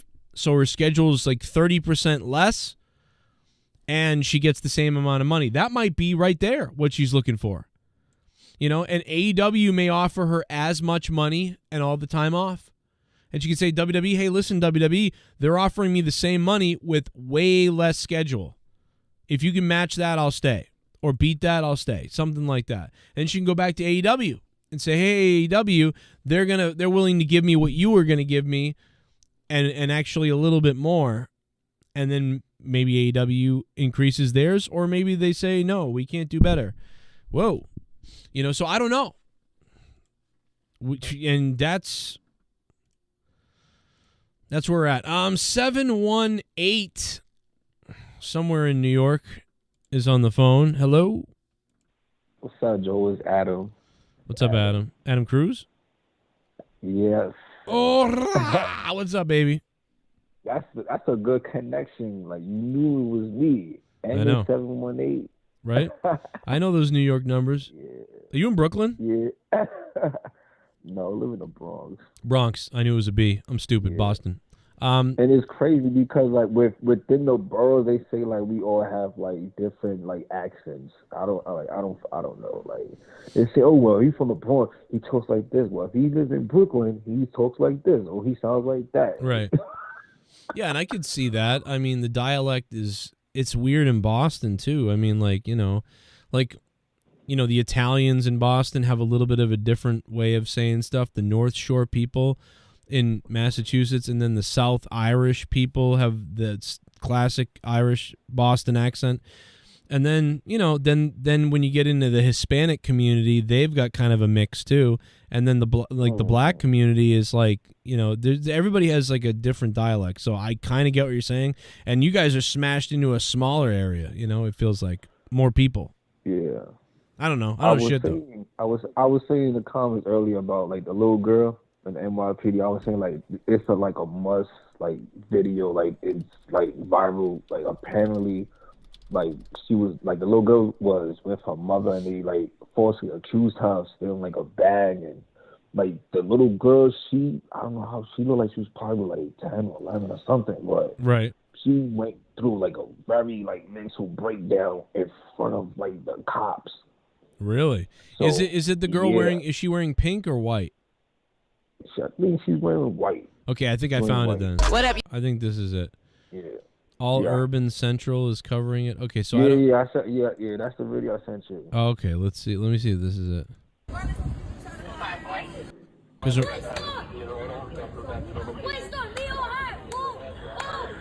oh yeah, it's so like, what the fuck? What are they saying to the kid? Child stands up for mother for getting falsely accused and arrested.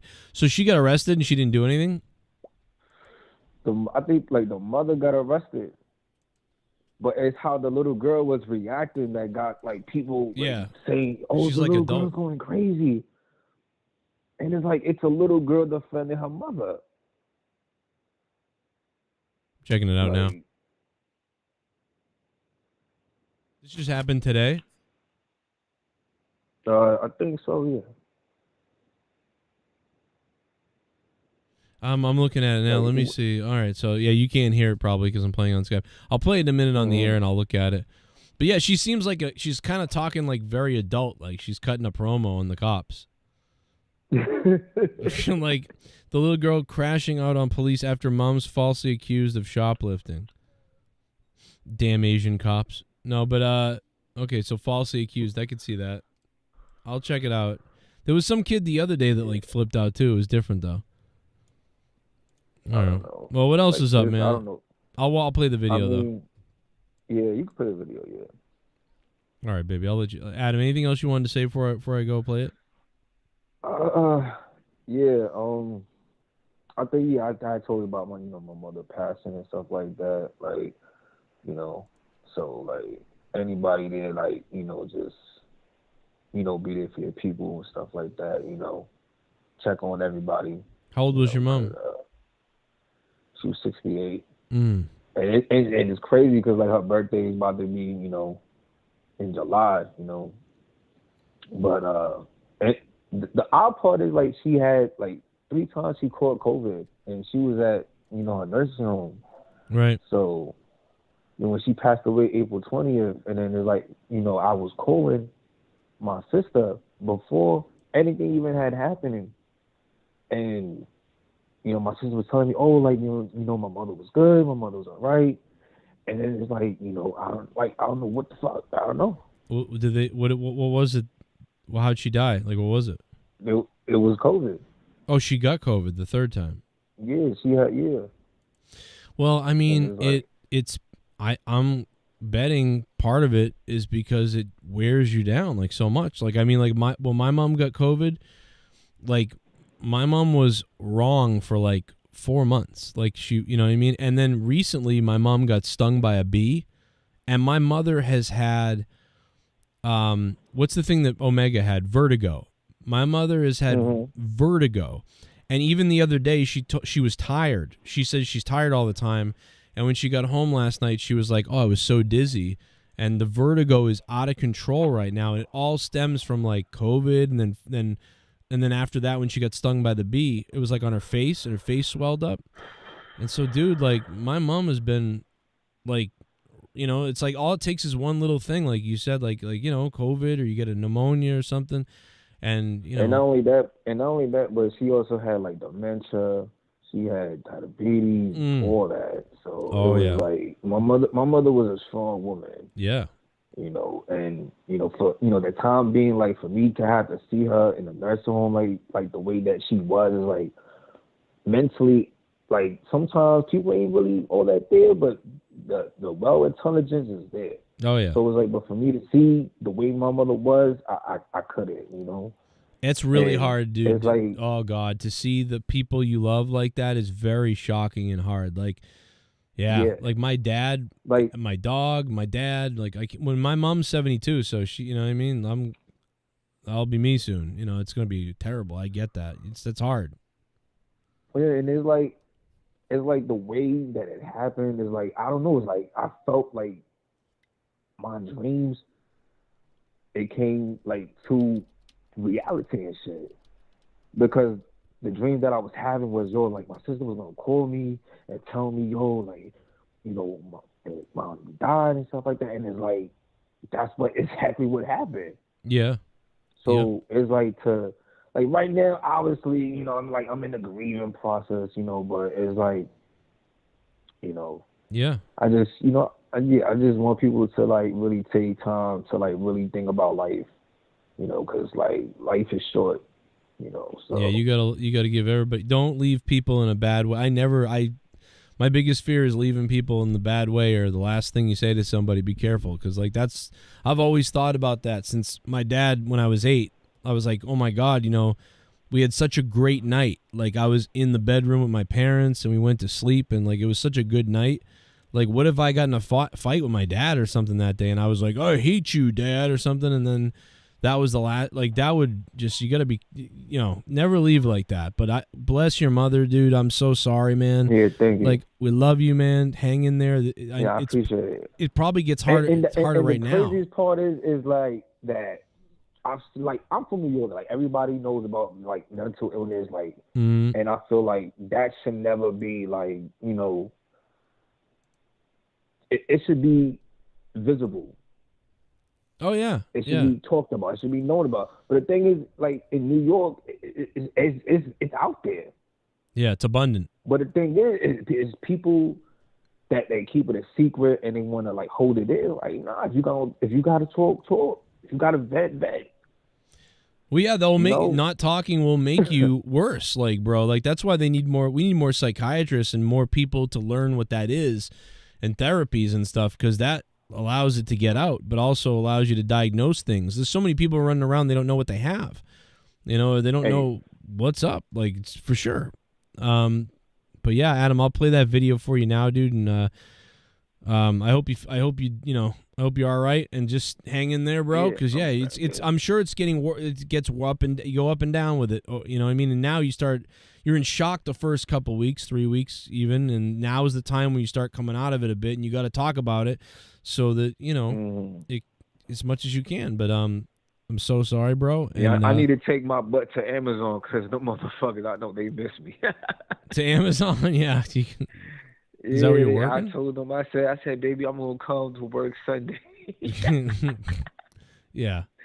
Well, yeah, it was good talking to you, and you know, shout out to the chat, shout out to your family, and you know, it's much love. Thank you, man, and love you, bro, and sorry about your mom, and you have a good night, man. Hang out in the chat and go threaten Welsh in the chat. No, man. I'll talk to you later, man. Adam Cruz, good guy in the chat. Thank you, Adam. That sucks, bro. I can't even imagine that.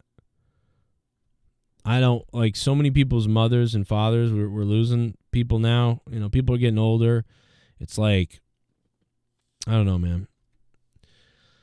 I can only imagine what's going to happen to me.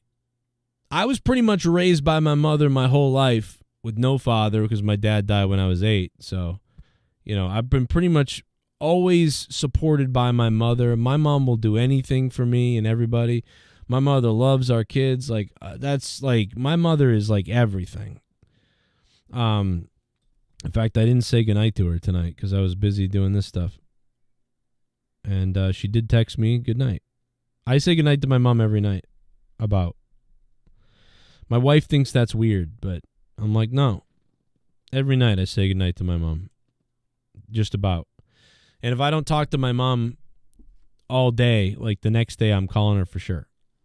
So, yeah. She means, like, bro, after my dog, like, I was fucking wrecked with my dog dying. I'm still messed up over the dog. I can't imagine a human or mom. Like, dude, I am not ready for this. I'm not ready for that, bro. I hope you're okay. Super chat party. New post. Joe Cronin Nation, let know what you think. New post, Joe Cronin Nation. Let me know what you think. Botch Club on Instagram. We got to go check it out. We're gonna check it out. Botch Club. Thank you for the $1.99. All right, I'll get over there so we can find out what Botch. Can you imagine what Botch Club has put up? Like Tony Khan fucking rolling down the ramp. Shit bum. We've got Edge. Real House of Black has burglar bars and 4 pit bulls. Oh my God, Mr. Pico, what the hell, bro? Oh my God. Oh my God.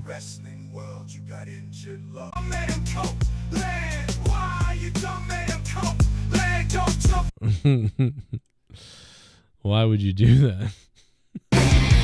Oh my God! Holy shit! Oh, D1! On the spot all day. I want you to jam it in. Oh, somebody injected life into me! Someone has injected it!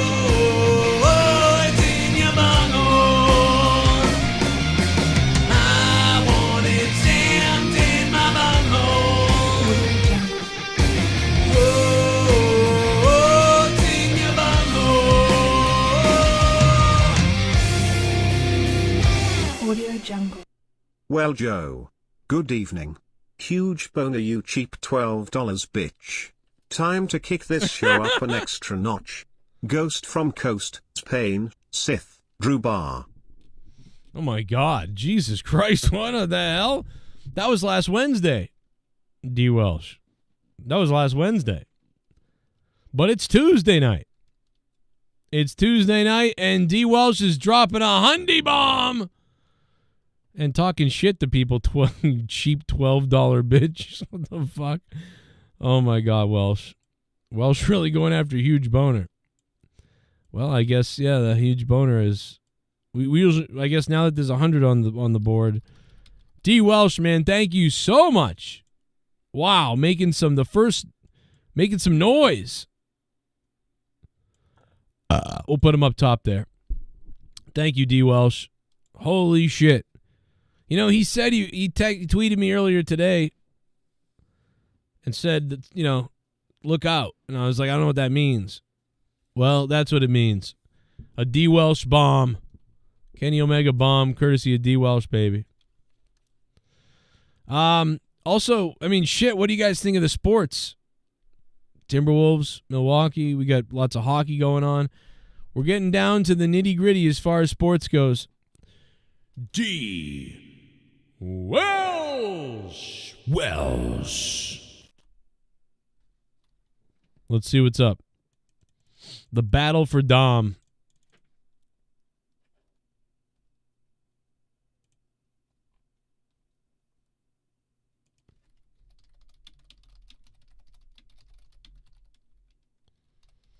Well, this guy got attacked, bro. Oh, shit, this abortion activist got attacked. I mean, Dan Kennedy said it. He was like, hey, listen, when I see abortion activists, I don't get upset at them. Bro, why would you bring your daughter to this? Who cares if this guy has a sign that says murder is murder or whatever? Like, why would you get this mad at him to attack him? I don't care if that sign said burn white people. Like, I'd be like, what a weirdo. Like, why would you try to fight the guy? He's clearly trying to trigger people. D. Welsh on top, baby. Hit that like button, everybody. We got to get 100 likes. We got to get 100 likes. Make Daddy Squirrel turn into a big pheasant. A miscarriage. Oh, my Christ, that's loud. Why would you do this with your kid? A miscarriage is a medical abortion. No, no, it's not. Okay, let me educate you, okay? Yes, it Well, hold on, is. hold on. Get back, hey, get back. Hey. What the fuck? So she grabs the mic from him, which, okay, she got the mic. He's like, all right, whatever. But then she grabs the sign and tries to pull it. Then she left hands him with the coffee or milk or whatever that and he's laughing like, what the hell is going on? Now he's got to hold her back, and she's punching him, punches his camera girl, and he shoves her, and she falls into her child. Stop. Don't put your hands on her. Please, I don't want to scare your daughter. Please get away. You already scared the daughter. Look at the ice cream. The kid's got an ice cream. Why are you doing this? Take this kid's, you know what? Take the kid away from the parent for like 3 days. Because, like, what are you doing? I'm going to assault a guy in the street when my daughter's with me. What is that daughter? Like, that daughter's like, what are you doing? Like, let's have some ice cream, Mom. There goes Mom again with her fucking Les haircut attacking people. Let me educate you, okay? Yes, well, fuck hold on. yes. Hold on. Get back. Hey, get back. Hey, hey. Hey, Get that's back. not okay. Don't put your hand. Hey, get back. Stop. Stop. Don't put your hands on her. Please, I don't want to scare your daughter. Please get away. I don't want to scare your daughter. You already did. You just fell into her. That's crazy. That's crazy, bro. That's like fucking nuts.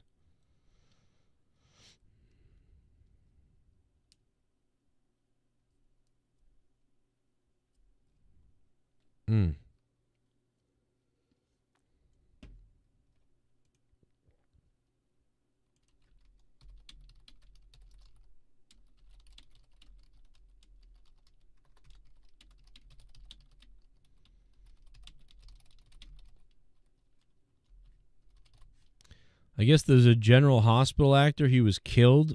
He was shielding a female coworker when he was fatally shot after his bartending shift. He was killed by thieves apparently attempting to steal his catalytic converter from his car. And of course, we all know that if he shot back at them, he would go to jail. Good job, Gavin Newscomb.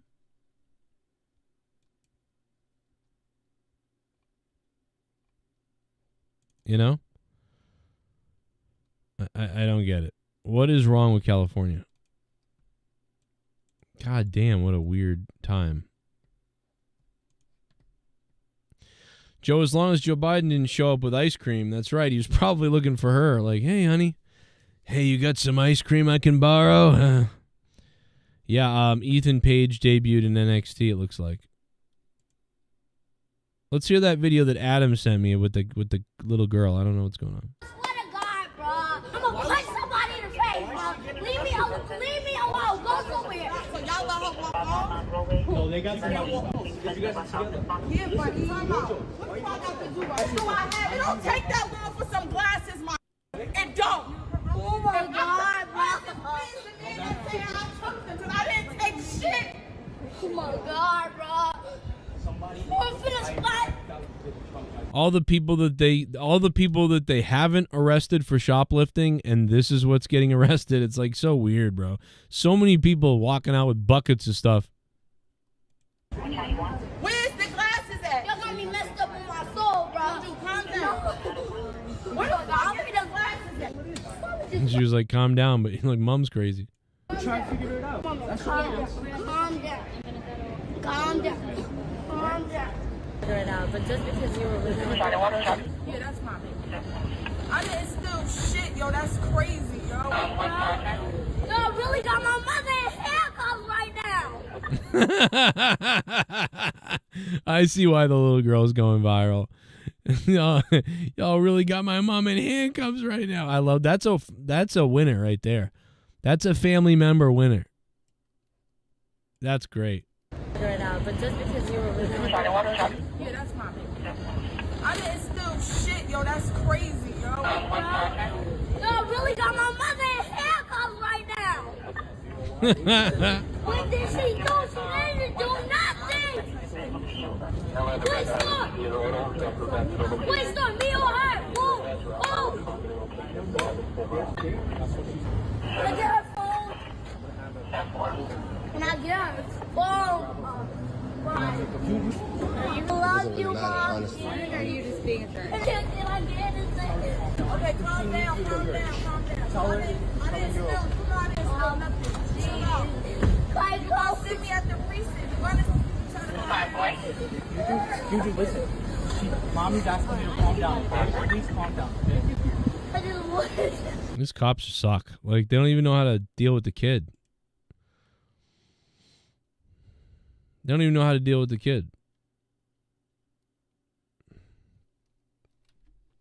Oh, my God. Like, you know what the cop should do is just tell the kid, hey, listen, it's okay. You know, sometimes people get accused of stuff and they didn't do it. And if they didn't do it, what happens is, like, you know, it gets proven that they didn't do it and everything's going to be okay. But we have to follow this process, but it's all right. Let me, hey, do you like teddy bears? Or do you, blah, blah. The kids go, fuck no, I don't like teddy bears. Fuck you, piggy fuck. Like, this kid's not even really being disrespectful, though. This kid's just upset about her mom. Like, so it's not even like, it's not even that bad. I can't even watch these things. You can kiss mom. Go ahead.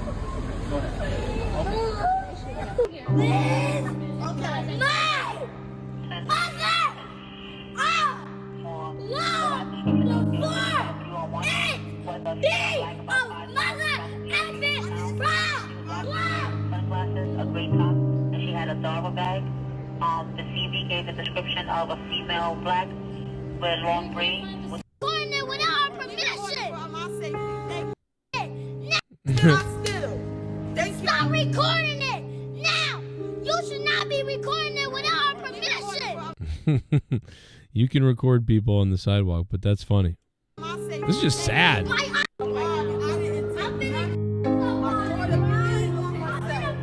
This kid's losing it.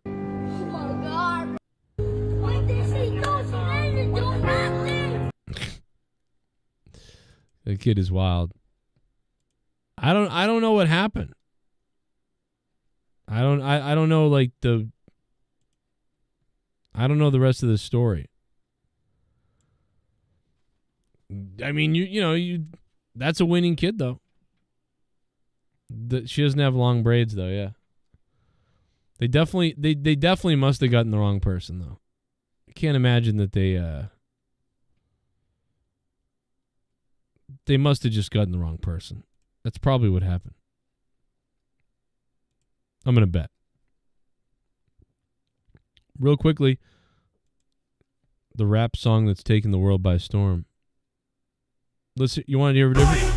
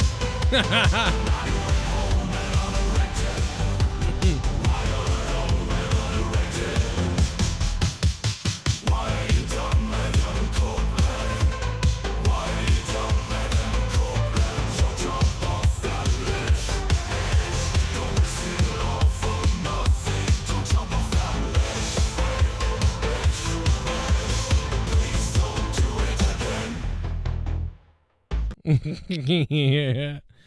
Oh, why'd you do it, Edge?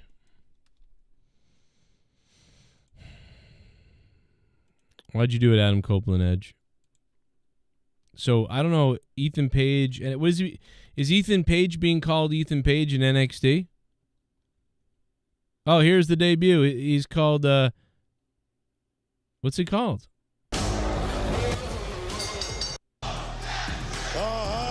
Oh, Sexy Red in the main event. Oh, they did the light. Oh my God. Dude, NXT did the lights out. Like they think they're AEW, dude. Oh my God. NXT thinks they're AEW. They're bringing in an AEW guy, so they do the AEW lights out. To know, I'm gonna cry, bro. What is going on? were you the one that attacked Noam and Aura? Be honest. Hey, yo, look, Lash. I don't. They literally did an AEW thing to debut a former AEW guy. Oh my God. Booker!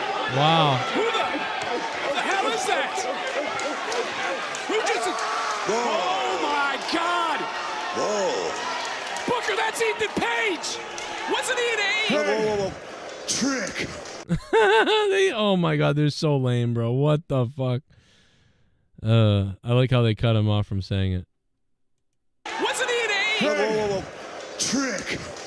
Man, you couldn't have timed that commentary any better. Because he doesn't know when Ethan Page is going to start speaking on the microphone. And Booker T did jump in like, whoa. But like Ethan Page actually started talking right when the commentary said A. Like, that's actually kind of lucky and impressive. Wasn't he an AEW? Whoa. Trick. I took out Norm. I took out Aura.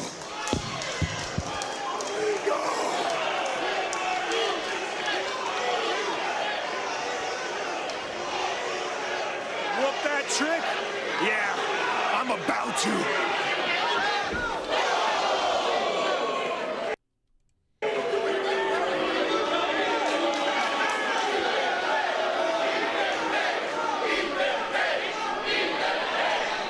There you go.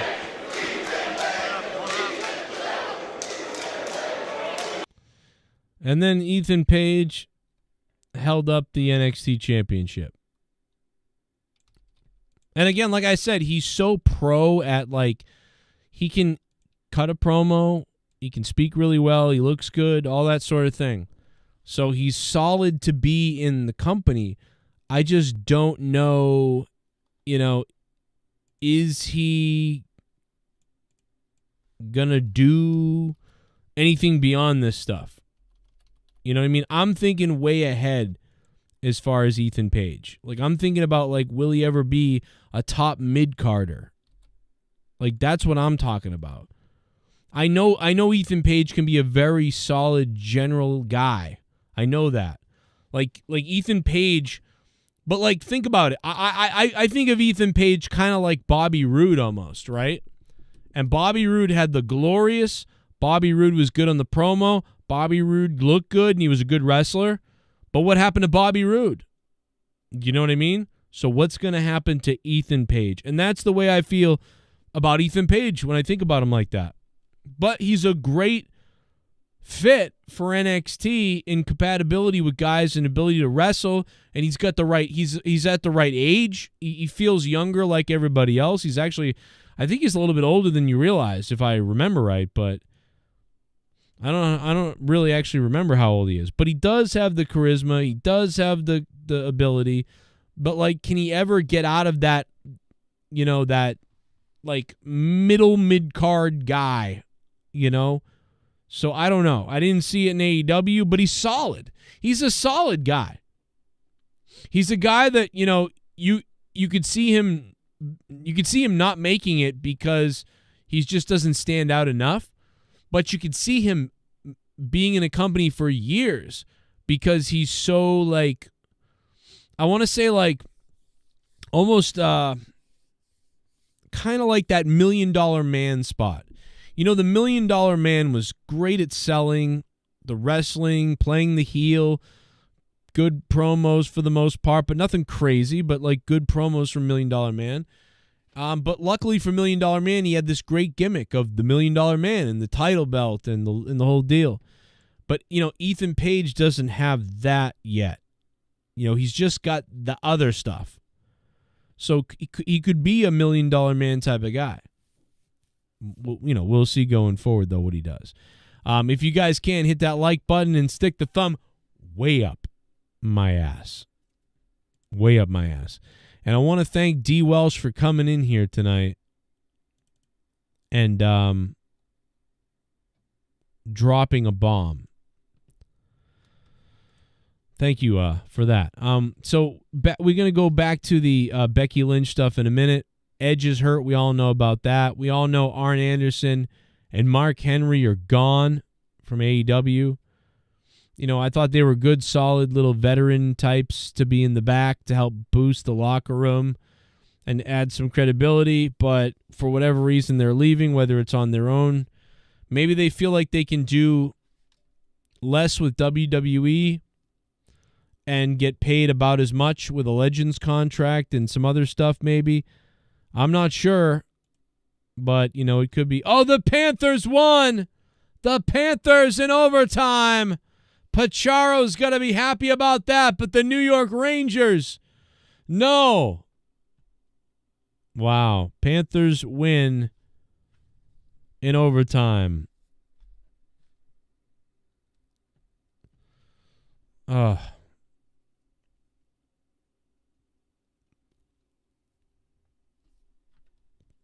So the Panthers got another one.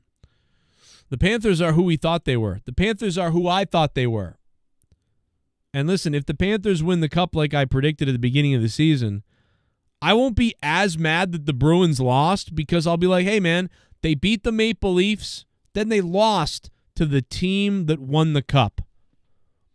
I mean, as far as I'm concerned, that's pretty goddamn good for a Bruins team that I think overachieved a bit.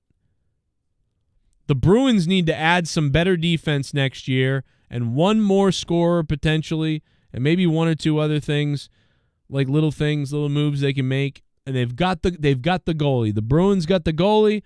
They've got 70% of a team. They've just got to get that 30% fixed. And I think they can do something.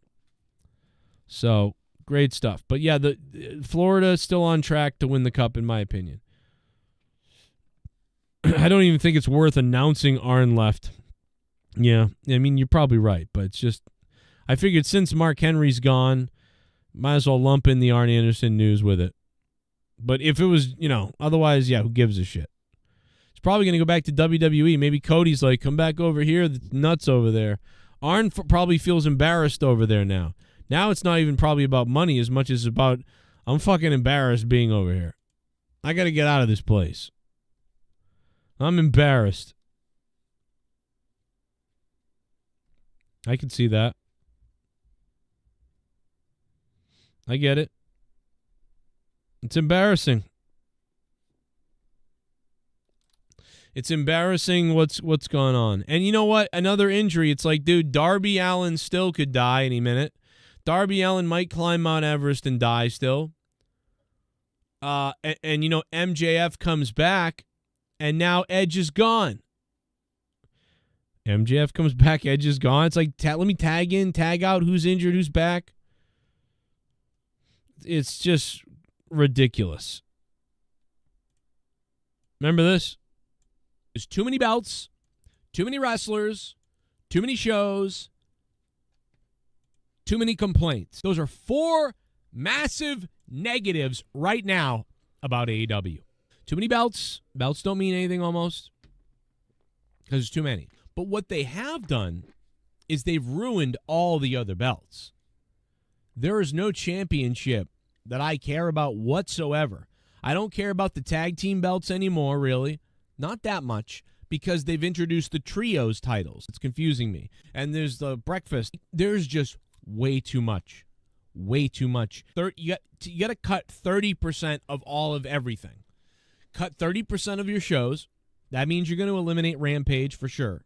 Keep Rampage. I just can't believe these are on the air.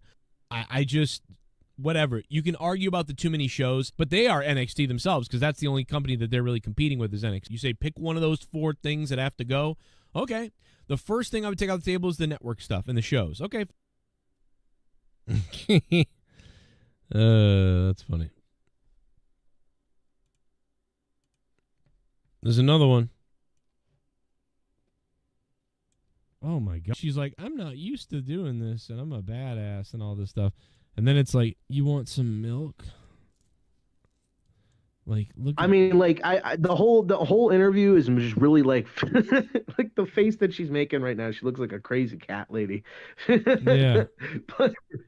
But I know that the whole interview was very awkward, and then there was just parts where she would talk, where she had this sort of sense of like delusional self, like reflection of herself. Entitlement. Like, yeah, and I looked at her. So I looked at her Instagram the other day.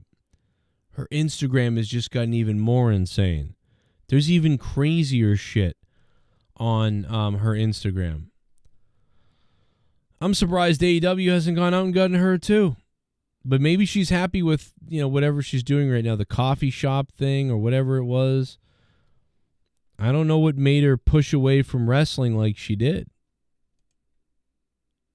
I don't know. I don't know. I just find Tony Khan awkward. Like the way he talks and moves and everything is just bizarre. Like he'll be out there, he'll seem like this really quiet, and then he'll get on the microphone and he'll be like, you know what? Tonight, guys, this will be the best match ever! Tonight's Dynamite! Like his testicles start to rise into his tits, and he starts screaming, and it's like he's on crack and stuff. I don't know. Anyway, it's Joe Cronin Show. Subscribe. I was just looking at some of my shorts, and some of the shorts are just weird. Look at these shorts. Like, what has been done specifically to prevent issues like sexual harassment in the AEW locker room? AEW has the best safety record, I believe, of any pro wrestling company in the world. I believe we have the most safe environment. I believe we have the best safety record. AEW is the best safety record of any company in the world, a wrestling company in the world? How do you measure that? But in the last 5 years, I know that in your locker room, you've had a dog's teeth bashed in. You've had fights with your wrestlers, and you yourself said that you feared for your life, and it was unsafe and dangerous. And you rolled down a ramp yesterday, and Edge broke his leg. My life was in danger. In the WWE, fearing for their lives, saying that people could have been hurt. 0 in WWE. But in your company, you yourself say that that's happened. My life was in danger.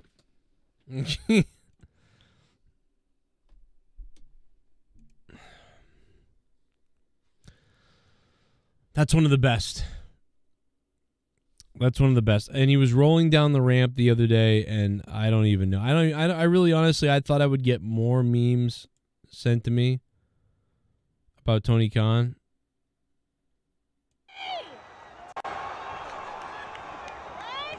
So let's go check out friend of the show and donator earlier, Botch Club on Instagram, and see what they've put together as far as Tony Khan the other night. You guys got to follow Botch Club on Instagram. You've got to do this.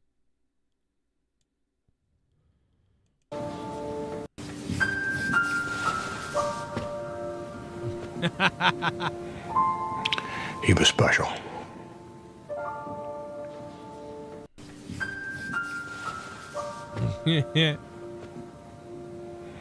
Botch Club. He was special. To salute you. Salute? Look at that. What a class act. I told you, Vince. Oh. To salute you. Why'd they blank it out way later? Look at that.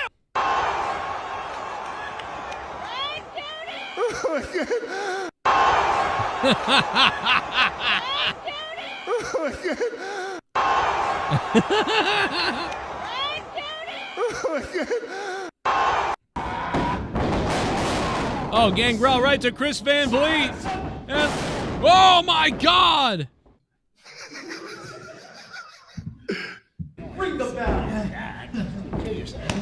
Bro, he got a stinger from that and a fucked up neck.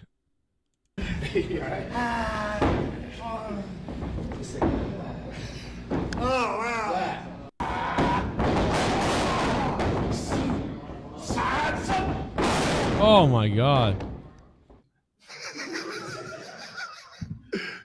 Ring the bell. I like how Gangrel spanked him at the end. I feel really bad for Gangrel almost, because Gangrel's a guy who doesn't want to hurt anybody. But that did not go so well. Let's watch the Impaler DT.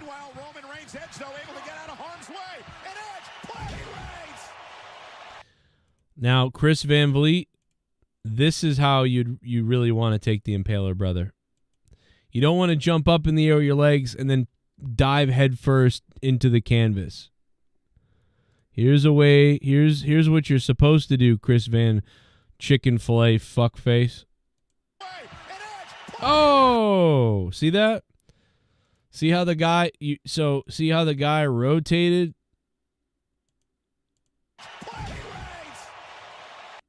It was Reigns, by the way. See how Reigns rotates? And this is probably a way safer one than you even needed to do, but this is a very safe version of it. You're kind of in a guillotine there, and then you jump up and you kick your legs and you rotate sideways. And you can put your hands down, too, to protect yourself a little bit if you want. Or you can just rotate to your shoulder side a little bit as you crash down. You're leaning, you're putting all your weight on your top of your shoulder and your side of your shoulder as you crash into the mat like this, and you tuck your chin and neck down as you go down and then come out exploding. But no, you stuck your head out like this and then went straight down into the mat. Good fucking Lord, Chris Van Vliet. Boom. One of the safest ones you could do right there. Like, that was probably a borderline almost pointless in doing. Let's look at Gangrel delivering another one to somebody who's a trained wrestler. Let's see what this one looks like. Here it comes, up, and right there, flat on your sternum. So that's another way you could do it. Flat on your sternum. That's a less safe way, right? But also a very safe way, because he went sternum. He didn't even get his head really on the ground. Either way is fine. Sternum, side of your shoulder. This is more the traditional one, though, that we're all used to, is this one. Where, like, you know, you're kind of going sternum, or even your face a little more than that. But there's multiple ways to be safe about it. But what is not good is what Vliet did there. See that guy? His legs didn't go up over his head, and his head didn't go straight down. But again, Chris Van Vliet is not a wrestler. Look at this. See that? Flat, like a pancake.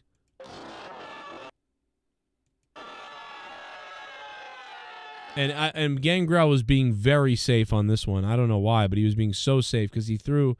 Watch Gangrel. Completely flattens himself out. Doesn't drive him at all.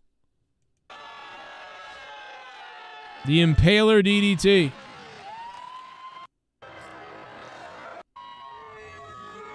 Here it is.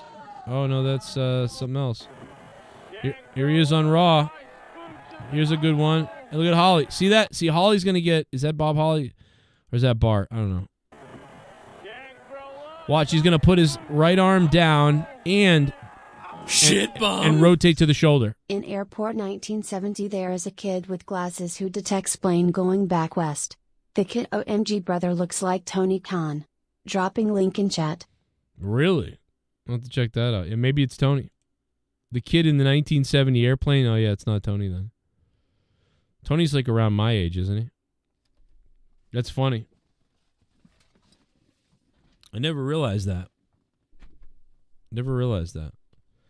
Haystacks Monet coming in with the $5 and becoming a $5 shit bum. Thank you, Haystacks Monet. But he can't touch D. Welsh's $100 bomb. Haystacks Monet, thank you. We need Vince McMahon to be back in charge of the whole company. I mean, you might be right.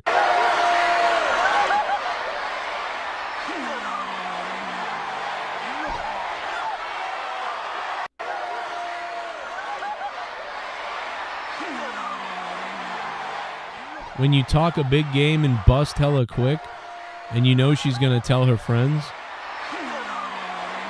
What the hell? Botch Club, what the hell is this?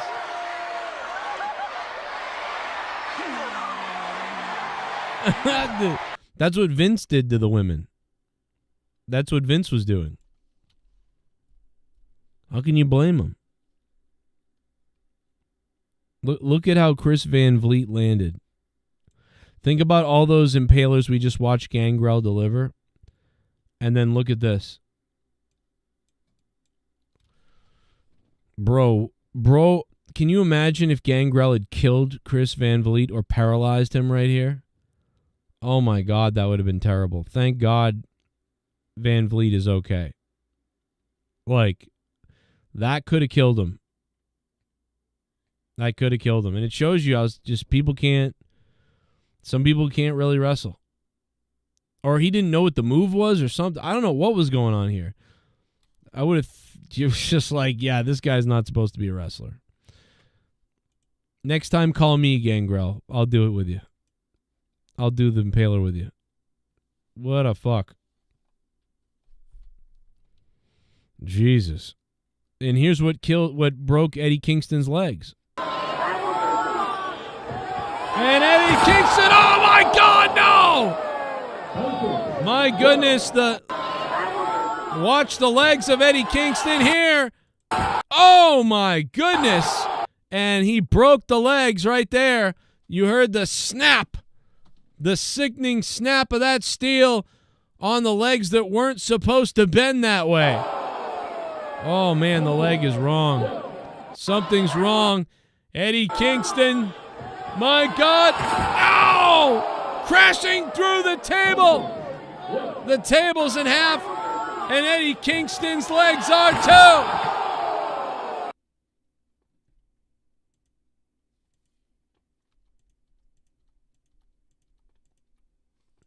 I'm glad there was a crowd of 300 people there to see that. Real great.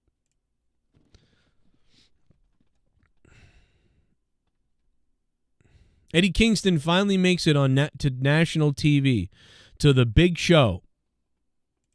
And that's what happens.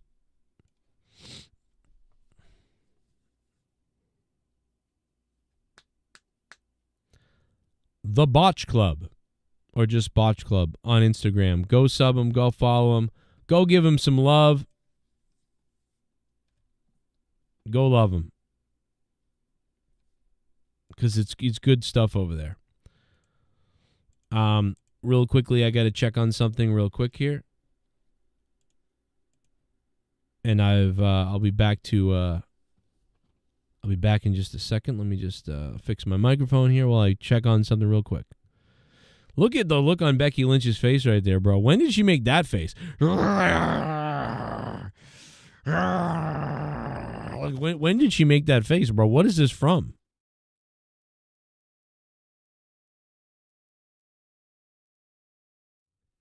Is there a video of Van Vliet talking about this Gangrel situation?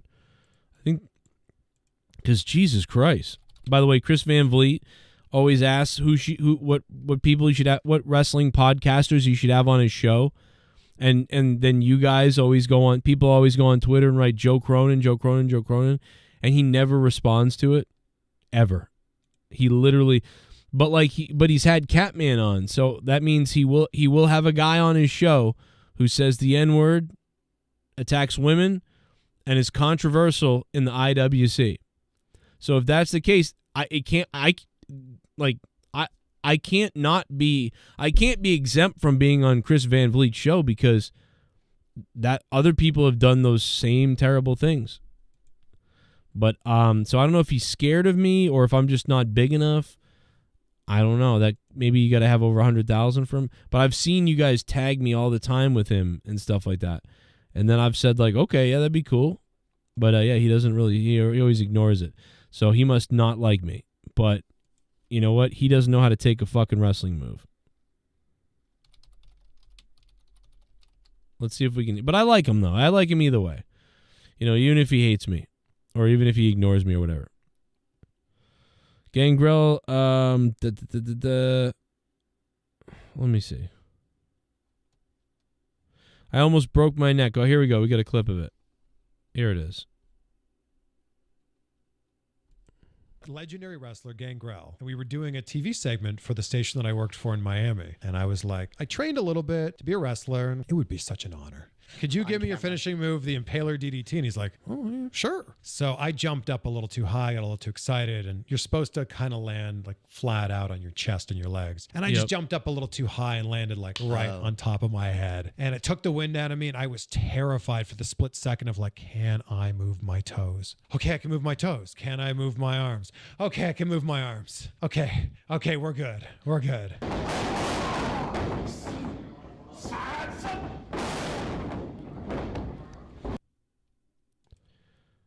Imagine if Gangrel had killed Chris Van Vliet right there. Well, it was actually. What's up, fuck face? What's up, fuck face? It's it would have been Chris's fault though, obviously. So it's not even like, you know. It would not have been Van Vliet's fault. Real quick, we're going to take a second as I fix my microphone. Enjoy the replay for a second, and I'll be back ready to read the chat in just a second. I'm going to read the chat. Chat dog coming up. Civil War brawl coming. Or it could be nothing, like always. You know, it's always nothing with that and him. You know. Edge said before this was going to be his last year, and now the injury will keep him out longer than that. I just got that message from Jake DeMarco. Unbelievable. Unbelievable. That's crazy. What up, John? Thank you, bro. Huge Boner, thank you for the donation as well, man. Huge Boner single-handedly paying the electric bill. Let's pull up the chart right now. Real quickly, just to honor some of you guys, let's pull up the rankings for this month because we've only got a few days left in the month right now. It's May. People could beat Colonel Stutters, Leonard Kitty Kiss. Wait a minute. Thinking next week, hoping for JCS fall on a day off of short work so JCS get them. Okay. Well, I'm off on Wednesdays. I'm off every Wednesday, so I'll be live tomorrow as well. I'll be live tomorrow during the day, just like last week, with a little stream in the day. And then, of course, at night, one more time, I'm making a special announcement. Because of what happened last week, me and Jake DeMarco are going to go live for free again on YouTube. Out of Nowhere is back live free again tomorrow. But for the patrons who have signed up for the Behind the Paywall Out of Nowhere, we are going to drop a bonus thing. We're going to have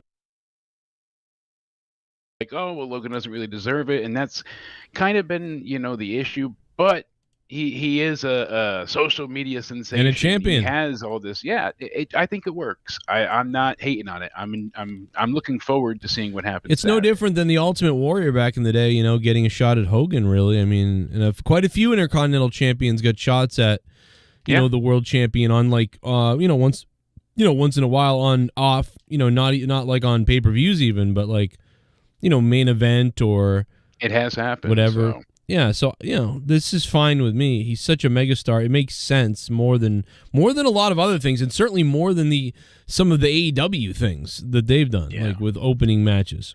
The two things the Saudi government allegedly wanted was Logan Paul and Rhea Ripley. Well, they got one. 50%. Yeah, it's not too bad of an average at this point. But Becky Lynch, Liv Morgan. I would like to see Liv win it here. People are saying no, let her chase longer, but I think her revenge tour can continue to go on even with her as champion. Right. Yeah, she can just. It may never end. This may be a thing she says forever. Like, I'm on my revenge tour. I think it's going to be part of her new, continuing gimmick. Absolutely. But I also think she can continue attacking people and being a bitch while being the champion. So I'm excited to see what happens there. I like Liv Morgan. she's continually gotten better as time has gotten, passed on. She's gotten better on the mic. I think she did really well kind of trolling the audience last week on Raw.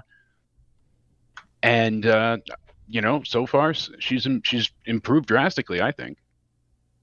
Yeah, I think she's got a little bit better. If you compare it to when she went ahead and cashed in and became champion, she was so nervous to speak on the mic, and everything was just like, her being thankful for the fans and all this kind of things. Now she's got an edge about herself. She's okay to be a heel. She doesn't, she's worked into the character, and I think it finally suits her. What do you think? Okay, so I'm sorry. Yeah, you can continue, I guess. I guess I'm no. Next match, we got the champion. Sami Zayn defending against Chad Gable and Bronson Reed. Chad Gay, you said gay. Chad Gay. Chad Gay and Bronson Reed. So, mind, body, and soul, as Sami put it. The mind and body can can't beat the soul. I would hate to see Sami lose here, but I would also hate to see Chad Gable lose here. Right. And with everything that happened Monday with Otis, apologizing to Sami, but also apologizing for not attacking him sooner. It's like, is he going to be with Chad or not? I think it's going to come down to Otis and costing Sami Zayn the match, and Chad's going to become the new IC champion. Yeah, I could see that. I think Chad should win fucking keyboard. Come on. I think Chad should probably win the title because, man, we wanted this to happen. I just want Chad to be in really cool and good matches. Like, I don't care if he's a heel, a good guy, bad guy, whatever it is. Just want him to be in fun matches, and I think this should make him more exciting. So, but people haven't liked him though. Some people have sent me he really doesn't work as a heel. I don't know.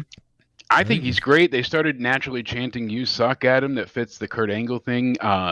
He's berated and torn down his entire team. I feel like everything he's had felt like a natural turn of events. It was all sequential. He tried. He couldn't beat Sami, but he coached Sami to win, so he felt like a failure himself. And he's like, no, wait, I'm not the failure. Everyone around me is the failure. You let me down. You're my biggest disappointment. You failed me. I shouldn't have failed. You failed me. So he became this arrogant prick, but out of a point of like desperation and sadness. So it was this slow, eventual burn. And I really enjoyed what we saw with his character development. Even the stuff with him and Punk was funny. It's been entertaining. So, all right, I guess. And Sammy's still white hot from him having that great entrance a few weeks back, and then this week he cut a great promo in the ring. The crowd was eating it up. I'm excited. I think they'll. And then we have the women's. That may be the best match of the night potentially. It could be. I mean, Cody and Logan should be damn good, but we'll see what happens. And then, of course, we have Lyra Valkyria. She went ahead and defeated Io Sky, surprisingly. They had this great video package of Io, talking on Raw, and I'm like, wow, they're putting her over hard. I think Io might win. Lo and behold, that's not what happened. So now we got Bianca Belair versus Nia Jax. Everyone thinks Nia Jax has this just straight one, but I'm not so sure yet. I could see them wanting to have Jax win, so it's face versus heel in the finale. But I think they're going to give it to Lyra, honestly. I think that she's the new call-up from NXT, and they're going to make a big deal out of her. So that's my guess. Might be wrong. They might give it to Nia, but I think that's the boring answer. You don't think maybe they'll give it to Bianca, like to get some kind of consolation, like you're not doing anything right now? I hope not. That feels beneath her in a way, but then again, I don't think that her being Queen of the Ring would do anything for her. It doesn't elevate her at all, but it would serve for Lyra. Now, Nia could have it as part of her character, and this could be, that's what something they do in that regard.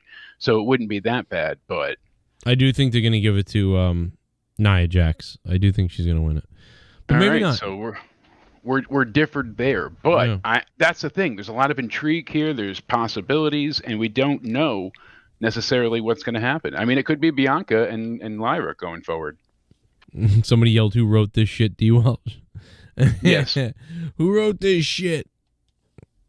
Probably Tony. I don't know. So we did the women's rumbles. I mean the women's thing. That's it. That's all 5 announced matches at this point in time. WWE goes in and out quick. They like those less than sub 3 hour, you know. So Triple M says, I disagree. He wants to pair Nia with a bloodline. I mean, that has been mentioned a few times before. I mean, maybe she's added to this new bloodline thing they have going on, but I would keep her away from it. I can't stand Nia, so I would keep her out of harm's reach. I just think she's better now, so I think that they could do that. I think now they're like you said, like we didn't really want her involved before, but I think now she has improved. Yeah, I think she's improved enough that they're like, okay, yeah, like we could put her. She works as the big impending heel. I almost wish that we didn't see any of the stuff before with her, you know, that we could erase our minds of that and just see this version of her, honestly. I know it's impossible, but there's a few instances of people like that. Like Braun Strowman. I wish that he could just be this thin new face or this extreme and he never badass cashed big in guy. retardedly. Yeah, we didn't have all the stupid, you know, Symphony of Destruction matches and all of the garbage bullshit and him with the Wyatts and how that ended in the whole swamp match with Bray and just, oh, God, so bad. Just so awful. So many things you think about Braun and it's just a gigantic disappointment. Yep. 100%.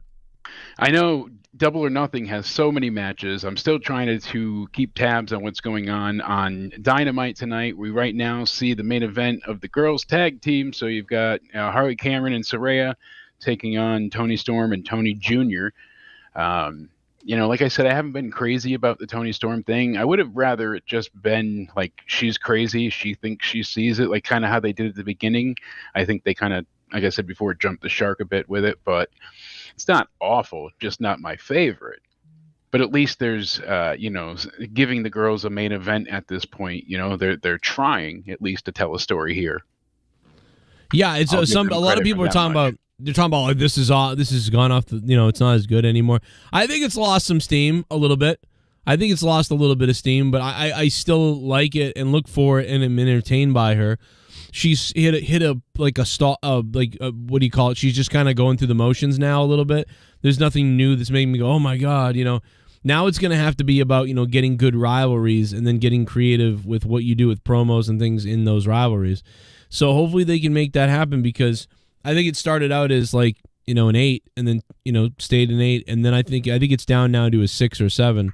So a lot of it is from them not having, really, they haven't elevated their talent. Like Swerve is the champion, but does he feel like? No, he doesn't at all. And I know the belt that started the first night. The man makes the belt, but no, but that started the first night. They disrespected him right away. Yes. They shit on him, and they had him do this long match where he basically almost lost to nobody, to a guy who lost his last match.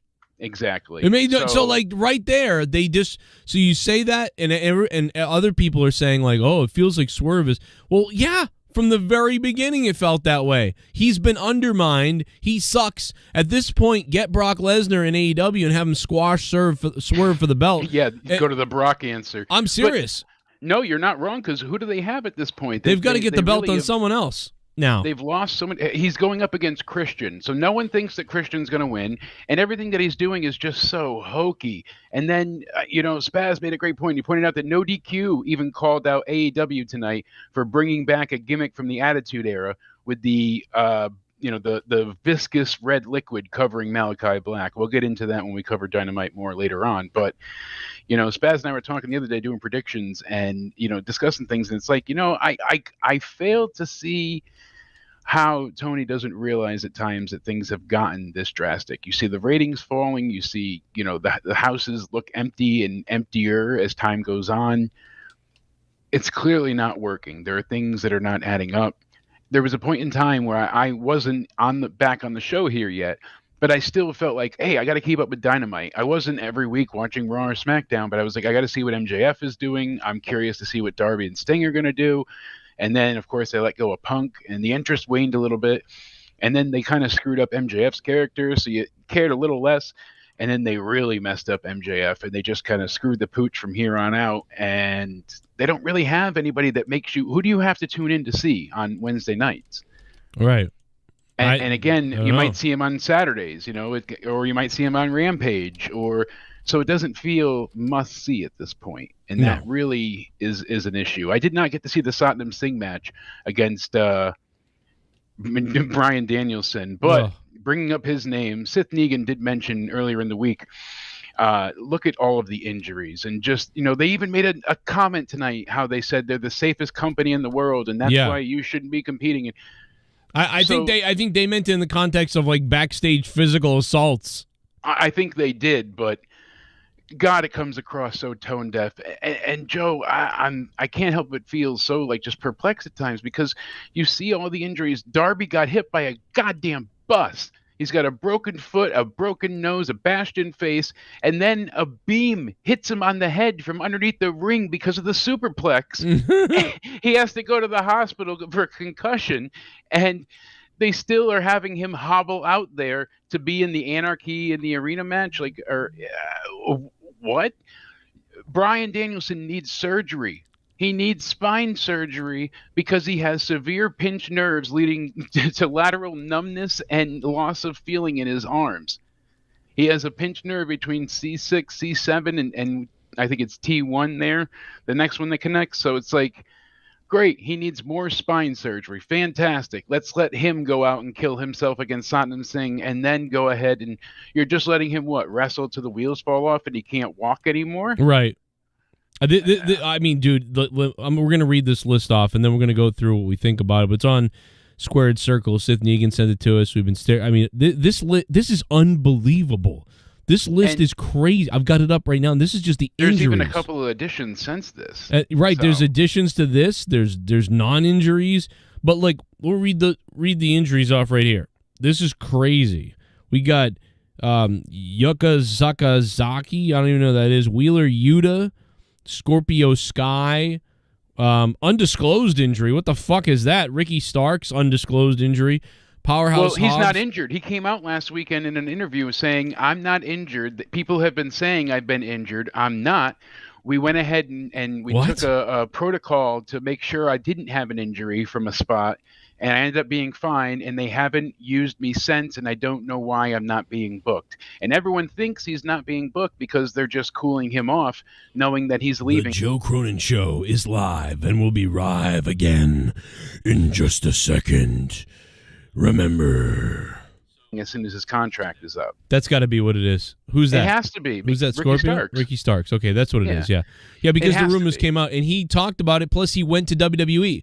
I'm telling you, bro. He's been there multiple times to see Cody win the Rumble, see Cody win Mania, see Cody, so obviously he's been there behind the scenes talking to people. He's leaving as soon as that happens. But it's just like, we've seen this so many times before. Not even added to this list yet is Eddie Kingston. He broke his fucking leg last week at the show then had to. Well, you can add Edge now. Yeah, in front of hardly anybody. And then he had to get up and get into the ring on the broken leg so they could do their stupid, BTE trigger spot, because God forbid they didn't throw that in there. Oh, my God. Let's make him get up on a broken leg. Yeah, he landed on the outside really hard. I saw how he landed, but I didn't see that he got back up in the ring, dude. They dragged his ass back into the ring to do the fucking end. By the way, it was the other. I blame the other wrestler, to be honest, because he did that suplex as if he was in a safe ring. Normally, with a suplex like that, you pick him up and you fall backwards and you just softly and you go through. The crash is so cool. You don't have to put him through hard, but the guy put him through it like with authority, and he went into the barricade, unluckily. Hard. It was just on. We can show the injury later. We'll talk. It's horrible Absolutely. to look at. And shout out to Night Shift, member for 53 months. Holy shit! Thank you, Night Shift. But please continue with the list, sir. Oh yeah. So Scorpio Sky, undisclosed injury. Ricky Starks, undisclosed injury. Paul White, knee surgery, but he really wasn't going to wrestle anyway, so that doesn't matter. Ortiz, but they marched his ass out there to waddle because he knew that he couldn't be on that leg, and they still made him do that table spot. Oh, who? The safest Big Show. They put his ass through the table and did the whole thing. Yeah. Yeah. Well, because I look at Big Show and Mark Henry as like, I feel like those guys are there as ambassadors more than anything. It's like if they have some ideas and they can go in the ring and do something, that's just like bonus. I feel like for Tony, it's all about being ambassadors and being, those veterans that can be there for people, and that's all it is to me. Although I think the Big Show they shouldn't have marched him out there to wrestle, and have him take that terrible spot with a bad hip, and that's kind of what we. When see was time that? and time again. Do you remember when that was? it was within the past 6-8 months, I want to say. Yeah. Maybe it was longer, but it doesn't seem like Maybe it that wasn't as bad then. Maybe it's. I mean, well, not that. I mean, that's part of the problem, though. I guess, right? But and he needs to have that bus Mark and Henry. everything. How much? Mark Henry was on the Undertaker's podcast, Joe, and he was hilarious, telling some great stories. But saw some of that. If you want to go ahead and hear some funny banter, those two go back and forth quite a bit. But it is interesting to hear how you see how drastically things have changed in locker room etiquette, and just by their stories going to now, and kind of makes you got a lot right after listening to some of this replay back. To me and Jake last week on Out of Nowhere. Predictions were pretty good. Predictions were pretty good last week. Somebody sent me a clip, and I guess Shawn Michaels calls Sexyy Red. He says, "Come to daddy." I don't know, something like that. And this is a little bit weird.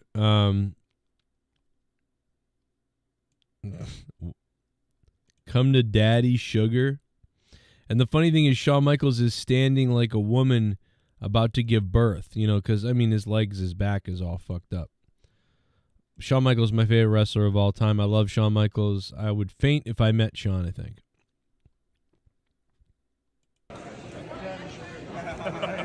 Come to daddy, sugar. Come to daddy, sugar. Here we go. All right. Perfect. 3, 2. God damn, come to daddy, sugar. That is hot. What is going on here? Is that what the Lord would say? God damn. Come to daddy, sugar. The fuck does that mean?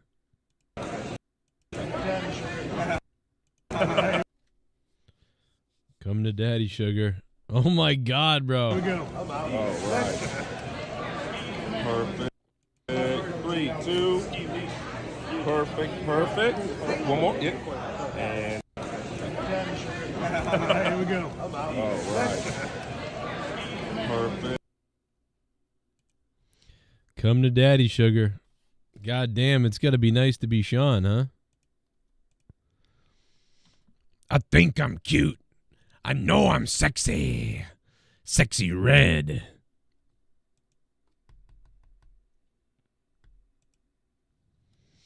God damn. That might draw some eyes.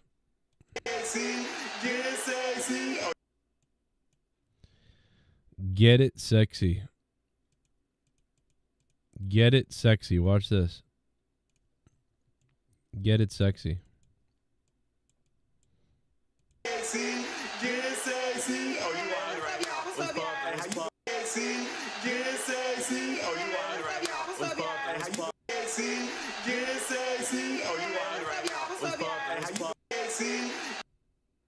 Oh my God. She does got the rump, baby. She does got the rump. There's a different fire in my background. What the fuck? So why is it so bright back there?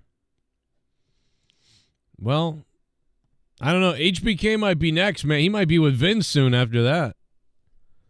God damn, bro.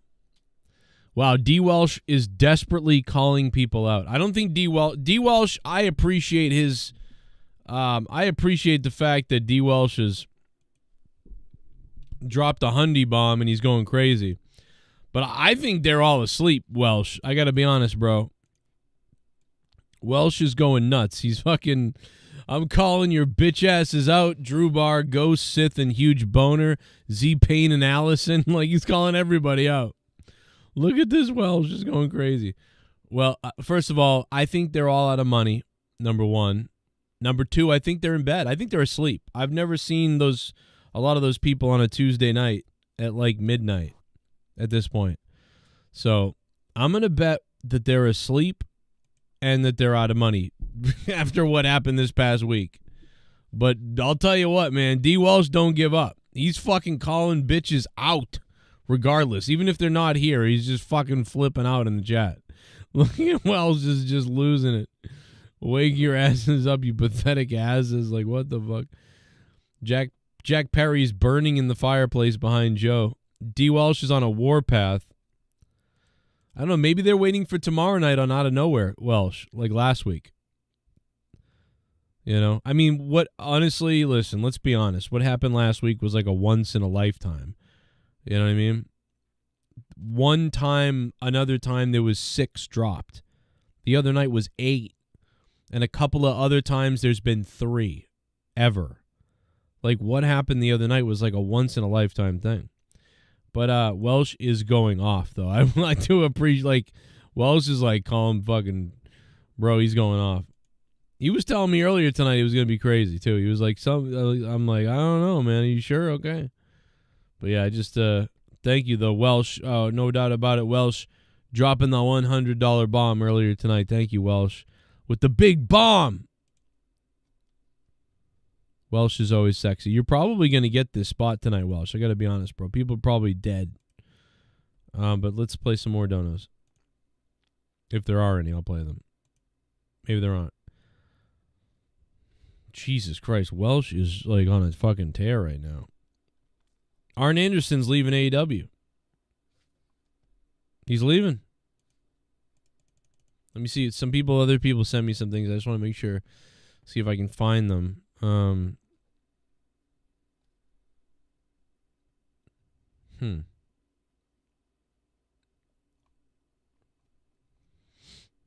Trying to find the clips that. Well, I know that we actually saw the Ethan Page show up in NXT earlier. Somebody mentioned that. Yeah, we saw it earlier. I played it actually. Probably get a copyright on that bitch.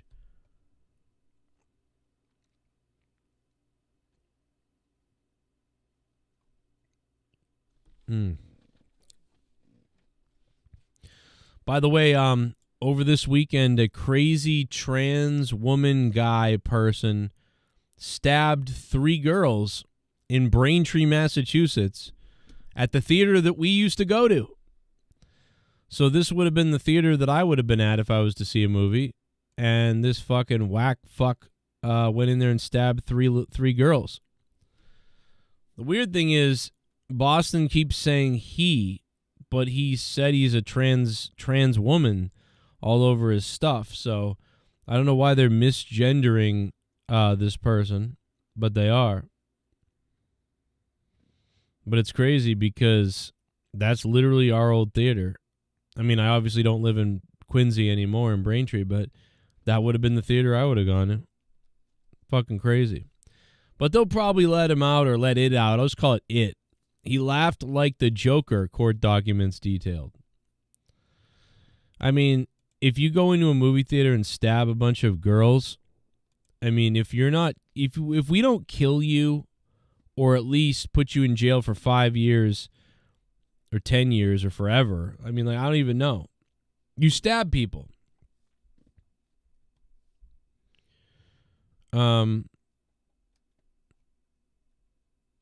You should be probably killed or put in prison for life. Everyone's talking about what happened to their pronouns.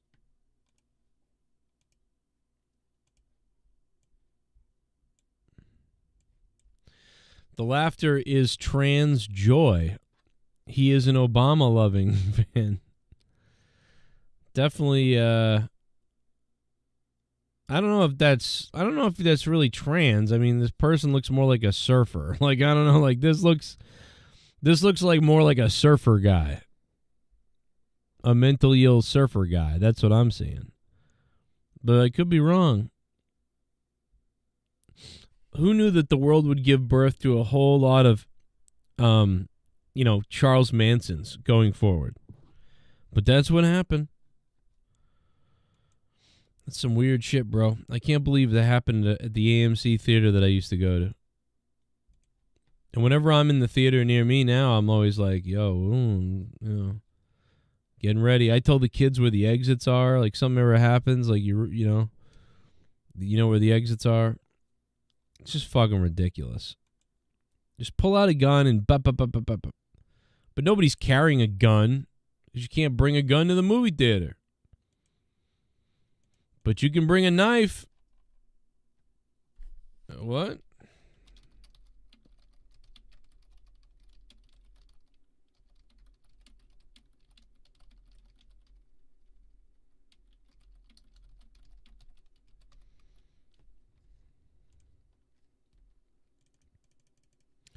It's almost like the criminals don't listen. You know? It's almost like the criminals don't listen. It's almost like the criminals don't give a shit about the rules. You ever think about that? It was probably like very quiet in the movie theater because I don't even know what was playing this past week that was worth a shit. Oh, it's too bad someone didn't have a gun though. Just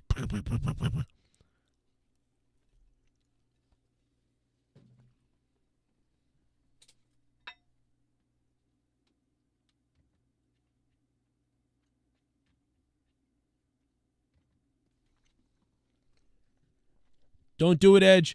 Don't do it, Edge. No, don't do it. Why are you done with them, Copeland? Why are you done with them, Copeland? Jump off that ledge. Is it all for nothing? Why are you done with them, Copeland? Why are you done with them, Copeland? Don't jump off that ledge, Edge. Don't risk it all for nothing. Don't jump off that ledge, Edge.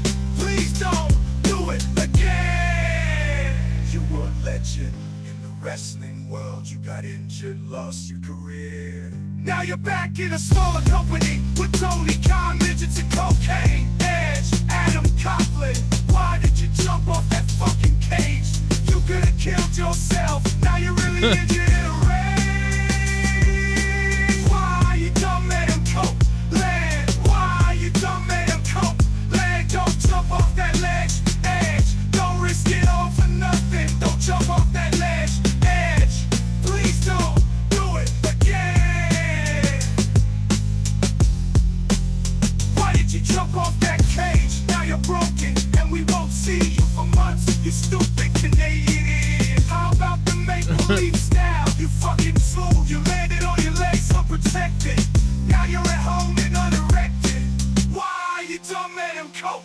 Land. Why you done let him cope? Land. Why you done let him cope? Land. Don't jump off that Why'd you ledge. jump? Edge. Why'd you jump? Why you dumb? Don't risk it all for nothing. Don't jump off that ledge. Edge. Please don't do it again.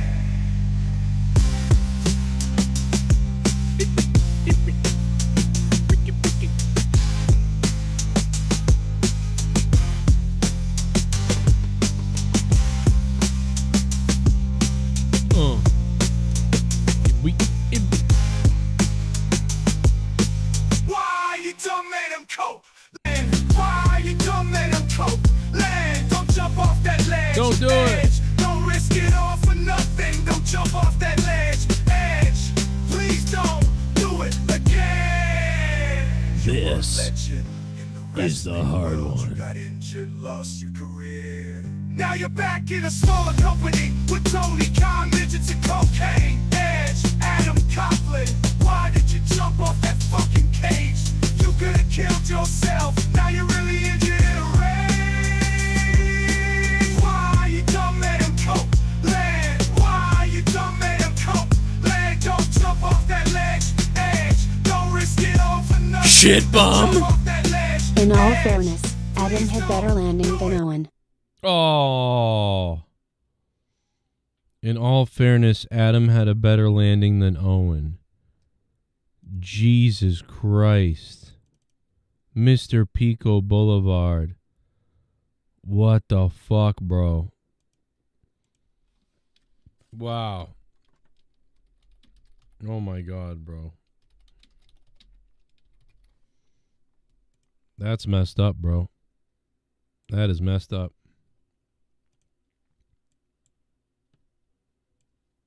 That is right. Oh my God, bro. Oh my God. Oh my God. Do you guys remember what happened to this guy? Do you guys remember this person? This person, like, it was a while ago. Not from last week when the donation thing was happening, but from back when The Rock returned. Remember when The Rock came back?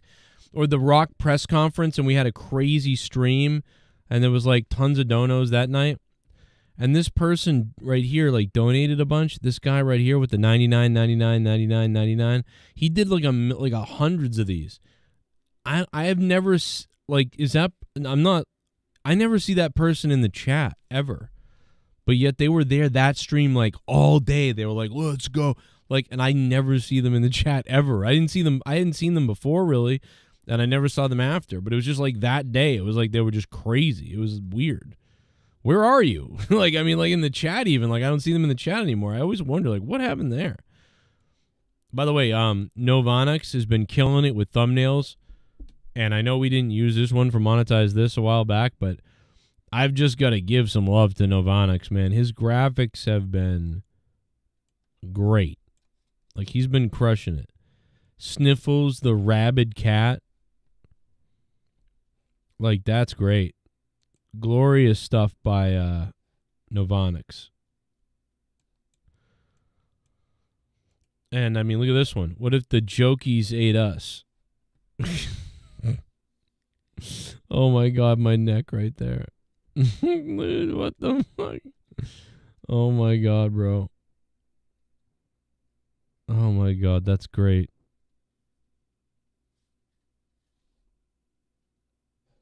That is great.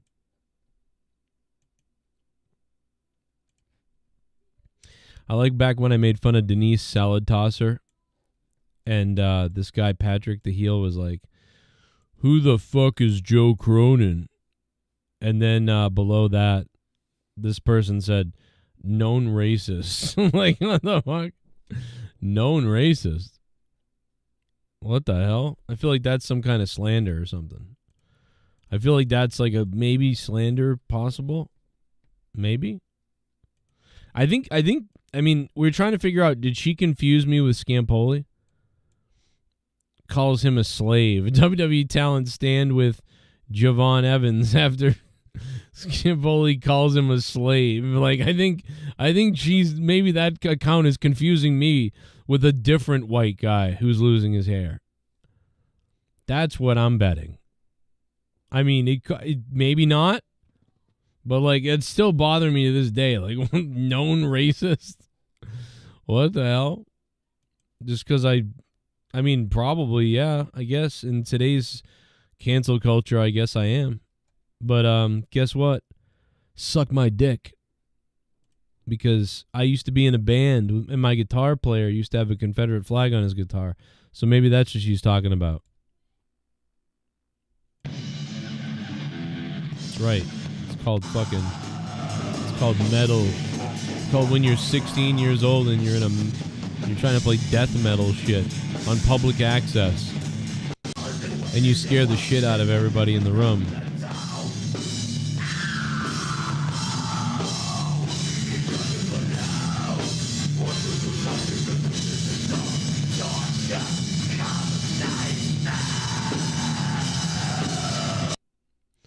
That's right. Maybe that's what it is. Is that it? That could be it. Give me Ric Flair. So AEW is just second guessing itself all over the place, you know, and they can't do any right. Even when they get a big star like Ric Flair in the company, they get all this, you know, the trolling negative feedback. Well, okay, just ignore it. Who cares? You're going to get that no matter what you do.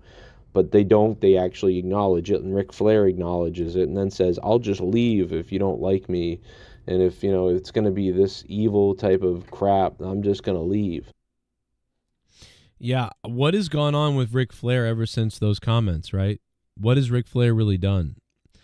And again, I think you're seeing like FTR, Dax, and what's their faces? They've really tried to go above and beyond to be like, our company is great. I love it. It's so good because so many people, have, so many people have like bashed the company. Like people that have come in are like, I'm frustrated. Ric Flair is like, I don't have to be here. And like so many people have said negative things. It's like Tony Khan's it's like, please stop saying bad things, guys. Like, love the company. And I think that's why it was kind of funny when MJF rolled up his pants and he had like AEW tattooed on his leg, which I I didn't buy that was a real tattoo, so I just can't believe that's real. Maybe it is, but that's a real tattoo, man. Wow. Like, what, did your friend do it? Like, I don't know. I feel like that could have been done better, but I mean, am I crazy? I mean, I don't know. But it feels like they're very self-conscious about the fact that, you know, obviously people have just shit on the company and around every corner, you know. They've crapped on it. And it's like, dude, can we start talking good about our own company? Other people say we're shit and people aren't happy and all these other things. And then our own people that sign are like, I want to get out of here, or I'm sick of this BS or that BS or whatever. And it's like, and then Ric Flair, you're bringing a legend like Ric Flair, and then he craps on everything. Like, I'll just quit if this is the way people are. It's like, oh my God, bro, can we get a leader in here? We can't get a goddamn leader. And then you got Edge doing what he does, and then Edge jumps off the cage, and he's gone now. But thank God, dude, MJF, imagine if he didn't come back. Thank God for AEW that MJF is back. Because what the hell were they going to do if he wasn't back? They're screwed if he wasn't back. They lose Edge. They got no MJF still. And how long is he back? He says he's back for, like, he's like ride or die AEW. I did not expect something like that to happen. You know?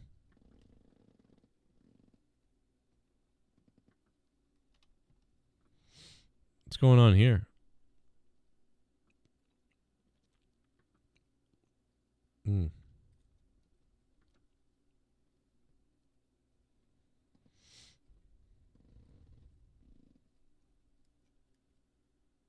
Let's take a look. Breaking news, Las Vegas alien video showing 8-foot-tall translucent creatures uses cloaking technology. Creeping around yard is real and authentic, says expert. What? Dude, what? This can't be real, bro. This is not something I have made up. It's the mainstream news saying that it is real, according to experts. Not saying it totally is, but it's interesting nonetheless.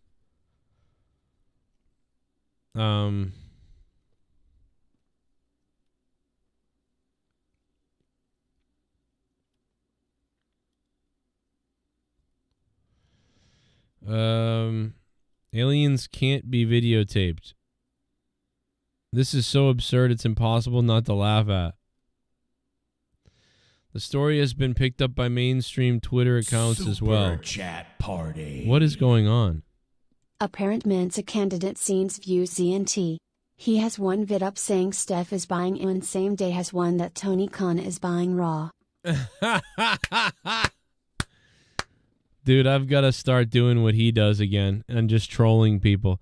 I'm almost ready to turn my channel into a Schlong's View type of channel. Because wrestling is just back to like kind of boring me again.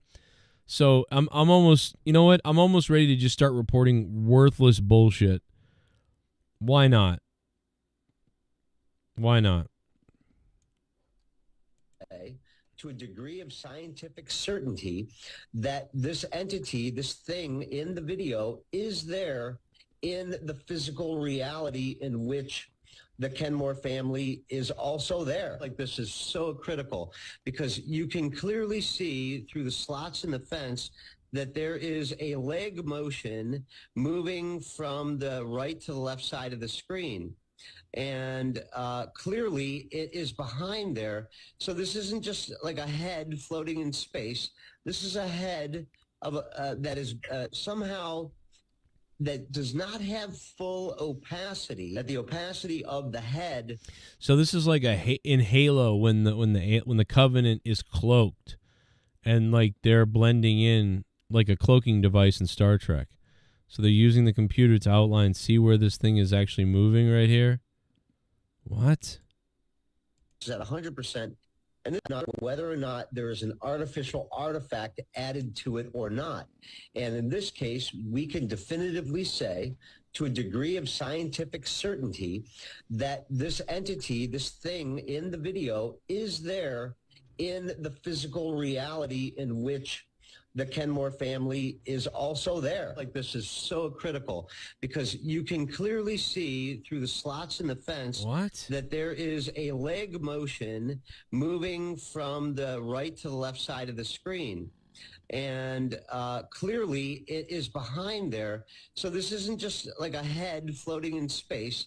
This is a head of that is somehow that does not have full opacity, that the opacity of the head of the shadow is only at about 33% opacity versus a normal shadow, which would be at 100% opacity, or an object in the screen, which is at 100%. And this isn't anything that you did. It's just what you were able to determine, that this shadow being, or this being in the shadows, possibly creating its own shadow or smoky filter or cloaking technique, is not only cloaking itself from the people there, but cloaking itself from the camera itself, in that it's minimizing our ability to identify pixels inside of that shadow. Wow, okay. So that's from the video of, remember the people said that there was a craft in their backyard or something like that? I think that's what that video is. So, interesting. Don't know what to make of that. Let's hear Tucker. They're not aliens. They've always been here. And I do think it's spiritual. That's my view. So, and again, it's not provable, but based on the evidence, I think. I'm with you. Absolutely. I think if the U.S. government has, in fact, had direct contact with these beings, whatever they are, I've already told you what I think they are, and has entered into some sort of agreement with them, which is the claim of informed people, I would say. Whether they're right or wrong, I can't say conclusively. But if that is true, I mean, it's a very, very, very heavy thing. Yeah, a lot of people say interdimensional beings. Right, I want to ask, are angels and demons, or how would you describe these beings? You know, these are, again, I'm getting into the realm of conjecture, so I just want to say that flat out. Entity? But one thing I know for a dead certain fact, having seen it, is that there is good and evil, that we are being acted upon at all times. And I think every person can feel that in himself. I mean, there are moments when you are moved to do things that are much better than you actually are, and that are also more evil and destructive than you actually are. You are subject to forces from outside yourself. That is absolutely true. Now, we can argue about what they are, but every person in the room, if he's reflective, will tell you, yes, I know what you're talking about. And so there are forces that are not human, that do exist in a spiritual realm of some kind, that we cannot see, and that when you think about it, sort of make you think we live in an ant farm. Yeah. Being right? And that's Absolutely. that is real. Yeah. Okay. And there's many. Well, you know, I mean, I'm pretty speculative about this. Interesting, could be real, but I don't know. It's interesting, and I'm curious. It's my personal belief. And I do think something is up somehow. I just don't know what it is. I don't know what's up. But we could speculate about it all day and theorize it and, you know, come up with wild ideas about things, but I really don't know what exactly could be true at all. It seems like something is up, but I don't know. And this could be BS to stuff too. But interesting, I guess. I don't see it fully myself, but I don't know. I can't explain that. And so many things can be done with computers and video and everything. And my God, imagine what the government can do with computers, falsifying videos and things like that. The government could literally, like, 3 people in a major area could just be like, let's freak the shit out of people and say this. And it would be hard for us probably to figure out if it's real or not, because the government could just play with us. They could be like, oh, look, there's a video of, you know, there's a spirit and there's a video of it and angels are real and shit. Oh my God. And people would, you know, it would be hard to figure out what's really going on. They could really mess with people at any time they want to. I mean, forget about HARP and forget about Project Bluebeam and stuff like that and whatever else. I mean, there's so many things that they could do to mess with us. You know, there could really be aliens from another world. There could really be intelligent life that's been living on Earth that's just here with us, and we never knew it all this time, or it's been living amongst us without us really being able to realize it or figure it out fully. There could be interdimensional things going on where there's things existing on a different plane of existence and reference that we can't really see, but if they wanted to, they could show themselves. You know, there's a whole lot of different things that it could be. You know, people laugh at it always, but it's like, dude, all this shit could happen theoretically. You know? There could be aliens coming from another planet. I think that's less likely. I think one of the most likely things is legit that there's evolved species on the planet and that they live under the water or in the ice cave somewhere or whatever, or that they're interdimensional and that they actually live on Earth too, but we can't really see them, but they know how to see us and they know how to exist and change the planes around or change the dimension or whatever. So I think that is also possible. More than I think it's like aliens coming from Ergnog 10, you know? Because I just think space travel is so intensely crazy and complicated that, I don't know, man, I just almost wonder if I almost think that that's less believable. I think it's almost more believable that it's a dimension or that it's that they live here on Earth right now and we just don't know they're there or whatever. I don't know, though. Let's head into another dimension with Joe Cronin on the Joe Cronin Show.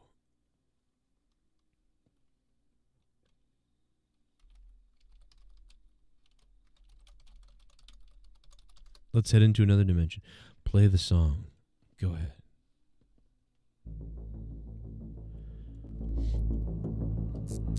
You're now entering a world of the unknown, of the mysterious, forbidden knowledge, esoteric scriptures. You're tuned in to Cronin on the Coast.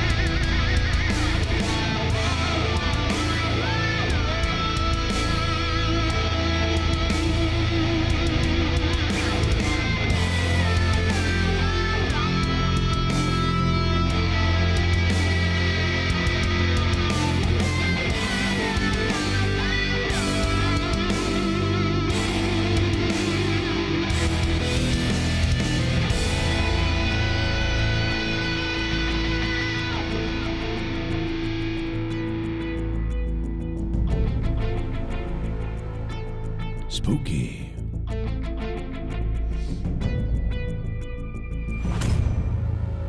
Gotta love it. Gotta love it. Becky Lynch, let's put the poll up now. Let's put the poll up now.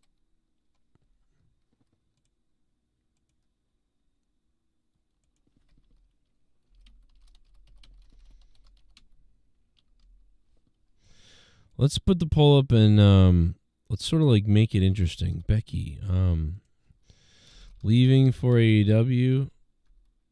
She'll be back. Driving up the price.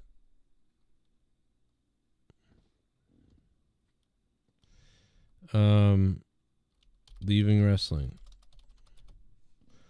All right.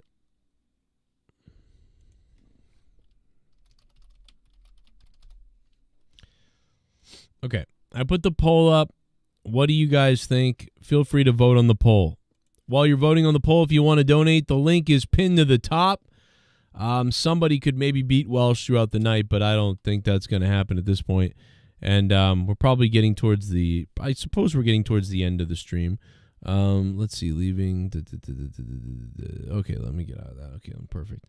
All right, so we'll put the poll up. We'll see what you guys have to say about that. Becky Lynch, milking it, leaving wrestling, coming back. She'll be back. You know, she had a sad look on her face the other night, though, dude. I'll tell you, she looked grumpy, like sad, like she knew it was over or something. It was very strange. Apparently, we might have more Sexyy Red.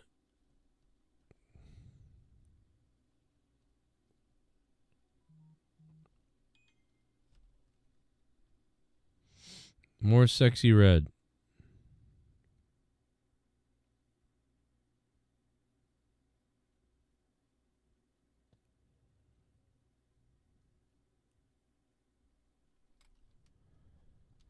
Let's see what the Sexyy Red is. Apparently, Boogie2988 is also apologizing because cancel culture came after him because he said the N-word, but not the N-word. He said, I don't know what he said, negress or something. I don't know. He said something like that. AEW pay-per-view unexpectedly beats WWE's King of the Ring in search interest. Really? Probably because WWE was on in the daytime, but that's still surprising if that's true. I'm gonna have to look that up. Do a little research on my own here. Let me see if I can find this clip though that I was looking for of Sexyy Red. Okay, New York Post is now posting this about the aliens. Like now New York Post is posting this. You raised a piece of shit. Do you have a favorite Twilight Zone episode? Mine's Are to Serve Man and the one where the neighbors panic and turn against each other. Oh my god, dude, I do remember that one really well. El Tapo, thank you so much for the donation. One thing I'm gonna say about the Twilight Zone is the original Twilight Zone, like the old Twilight Zone. You know, I think I was listening to Robert Meyer Burnett recently, and I think he said this, or maybe it was the Popcast guys, I forget who it was, and they were like, if you're writing science fiction, you need it should be like mandatory that you watch the old Twilight Zone episodes. It should be mandatory that you have to do that. Because all of those original Twilight Zone episodes are just like classic. And they're what science fiction is supposed to be about. Las Vegas video shows at least two beings using cloaking device. I'm opening it up to peer review. Cloaking device.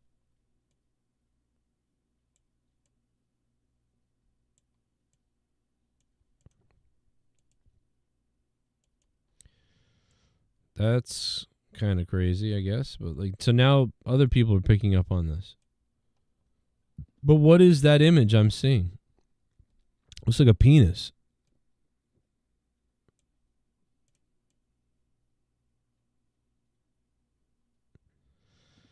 I don't know what we're looking at here.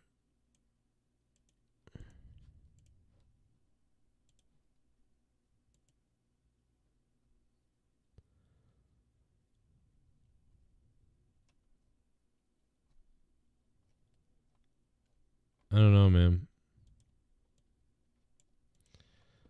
Lots of people have posted about it now, though. It's something that's definitely going around.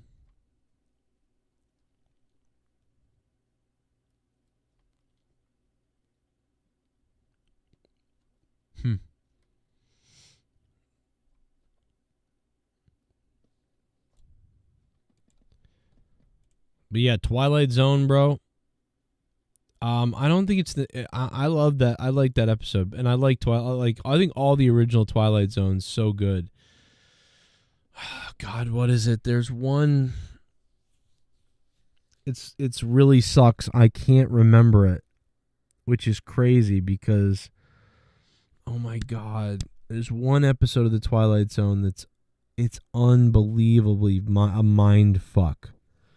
It's just such a mind-fucked episode. And it's been redone, like, years later. It's been redone so many times in different ways, and different other people have borrowed from the idea. But, like, the original idea of it and when it happened on the Twilight Zone was just like, whoa. So good. I don't get it. I don't really get it. But we'll see. El Tapo, thank you for the $6. We should... You know what I should do is I should watch the Twilight Zone again. That's what I should do. Becky going to get the bag from WWE after makes a bid. Smart cookie Becky is. She's in my Mount Rushmore for best 4 women's wrestlers. Becky going to get that bag. I agree. Haystacks Monet. Thank you for that 667, baby. Thank you so much, Haystacks Monet, for that. I will, I'll keep an eye out.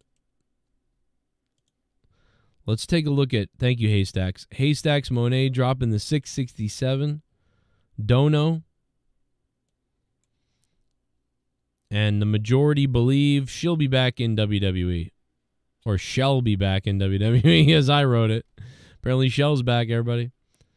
Remember when Shell came back for like 3 seconds? The poor thing. I love you, Shell, if you're out there listening. Shall be back. 57%. So there you go. There you go.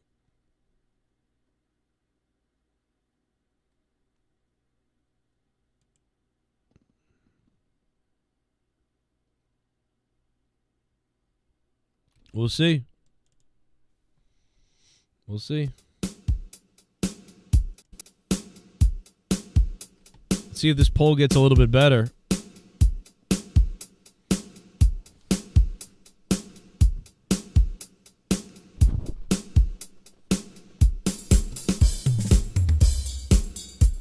Oh, yeah. Oh, yeah.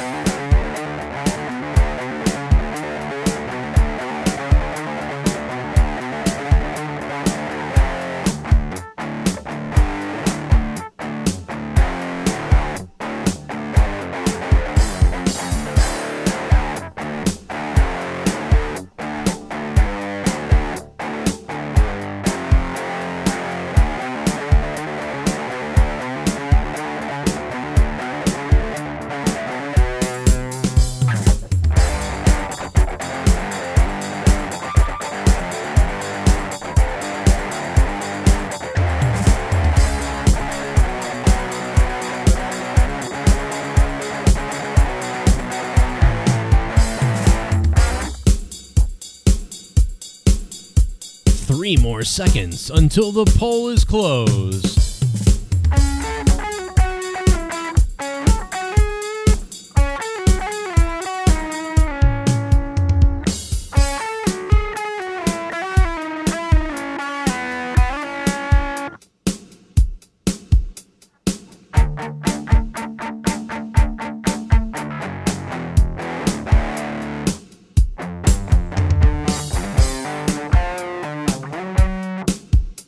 Okay, the poll is closed, everybody.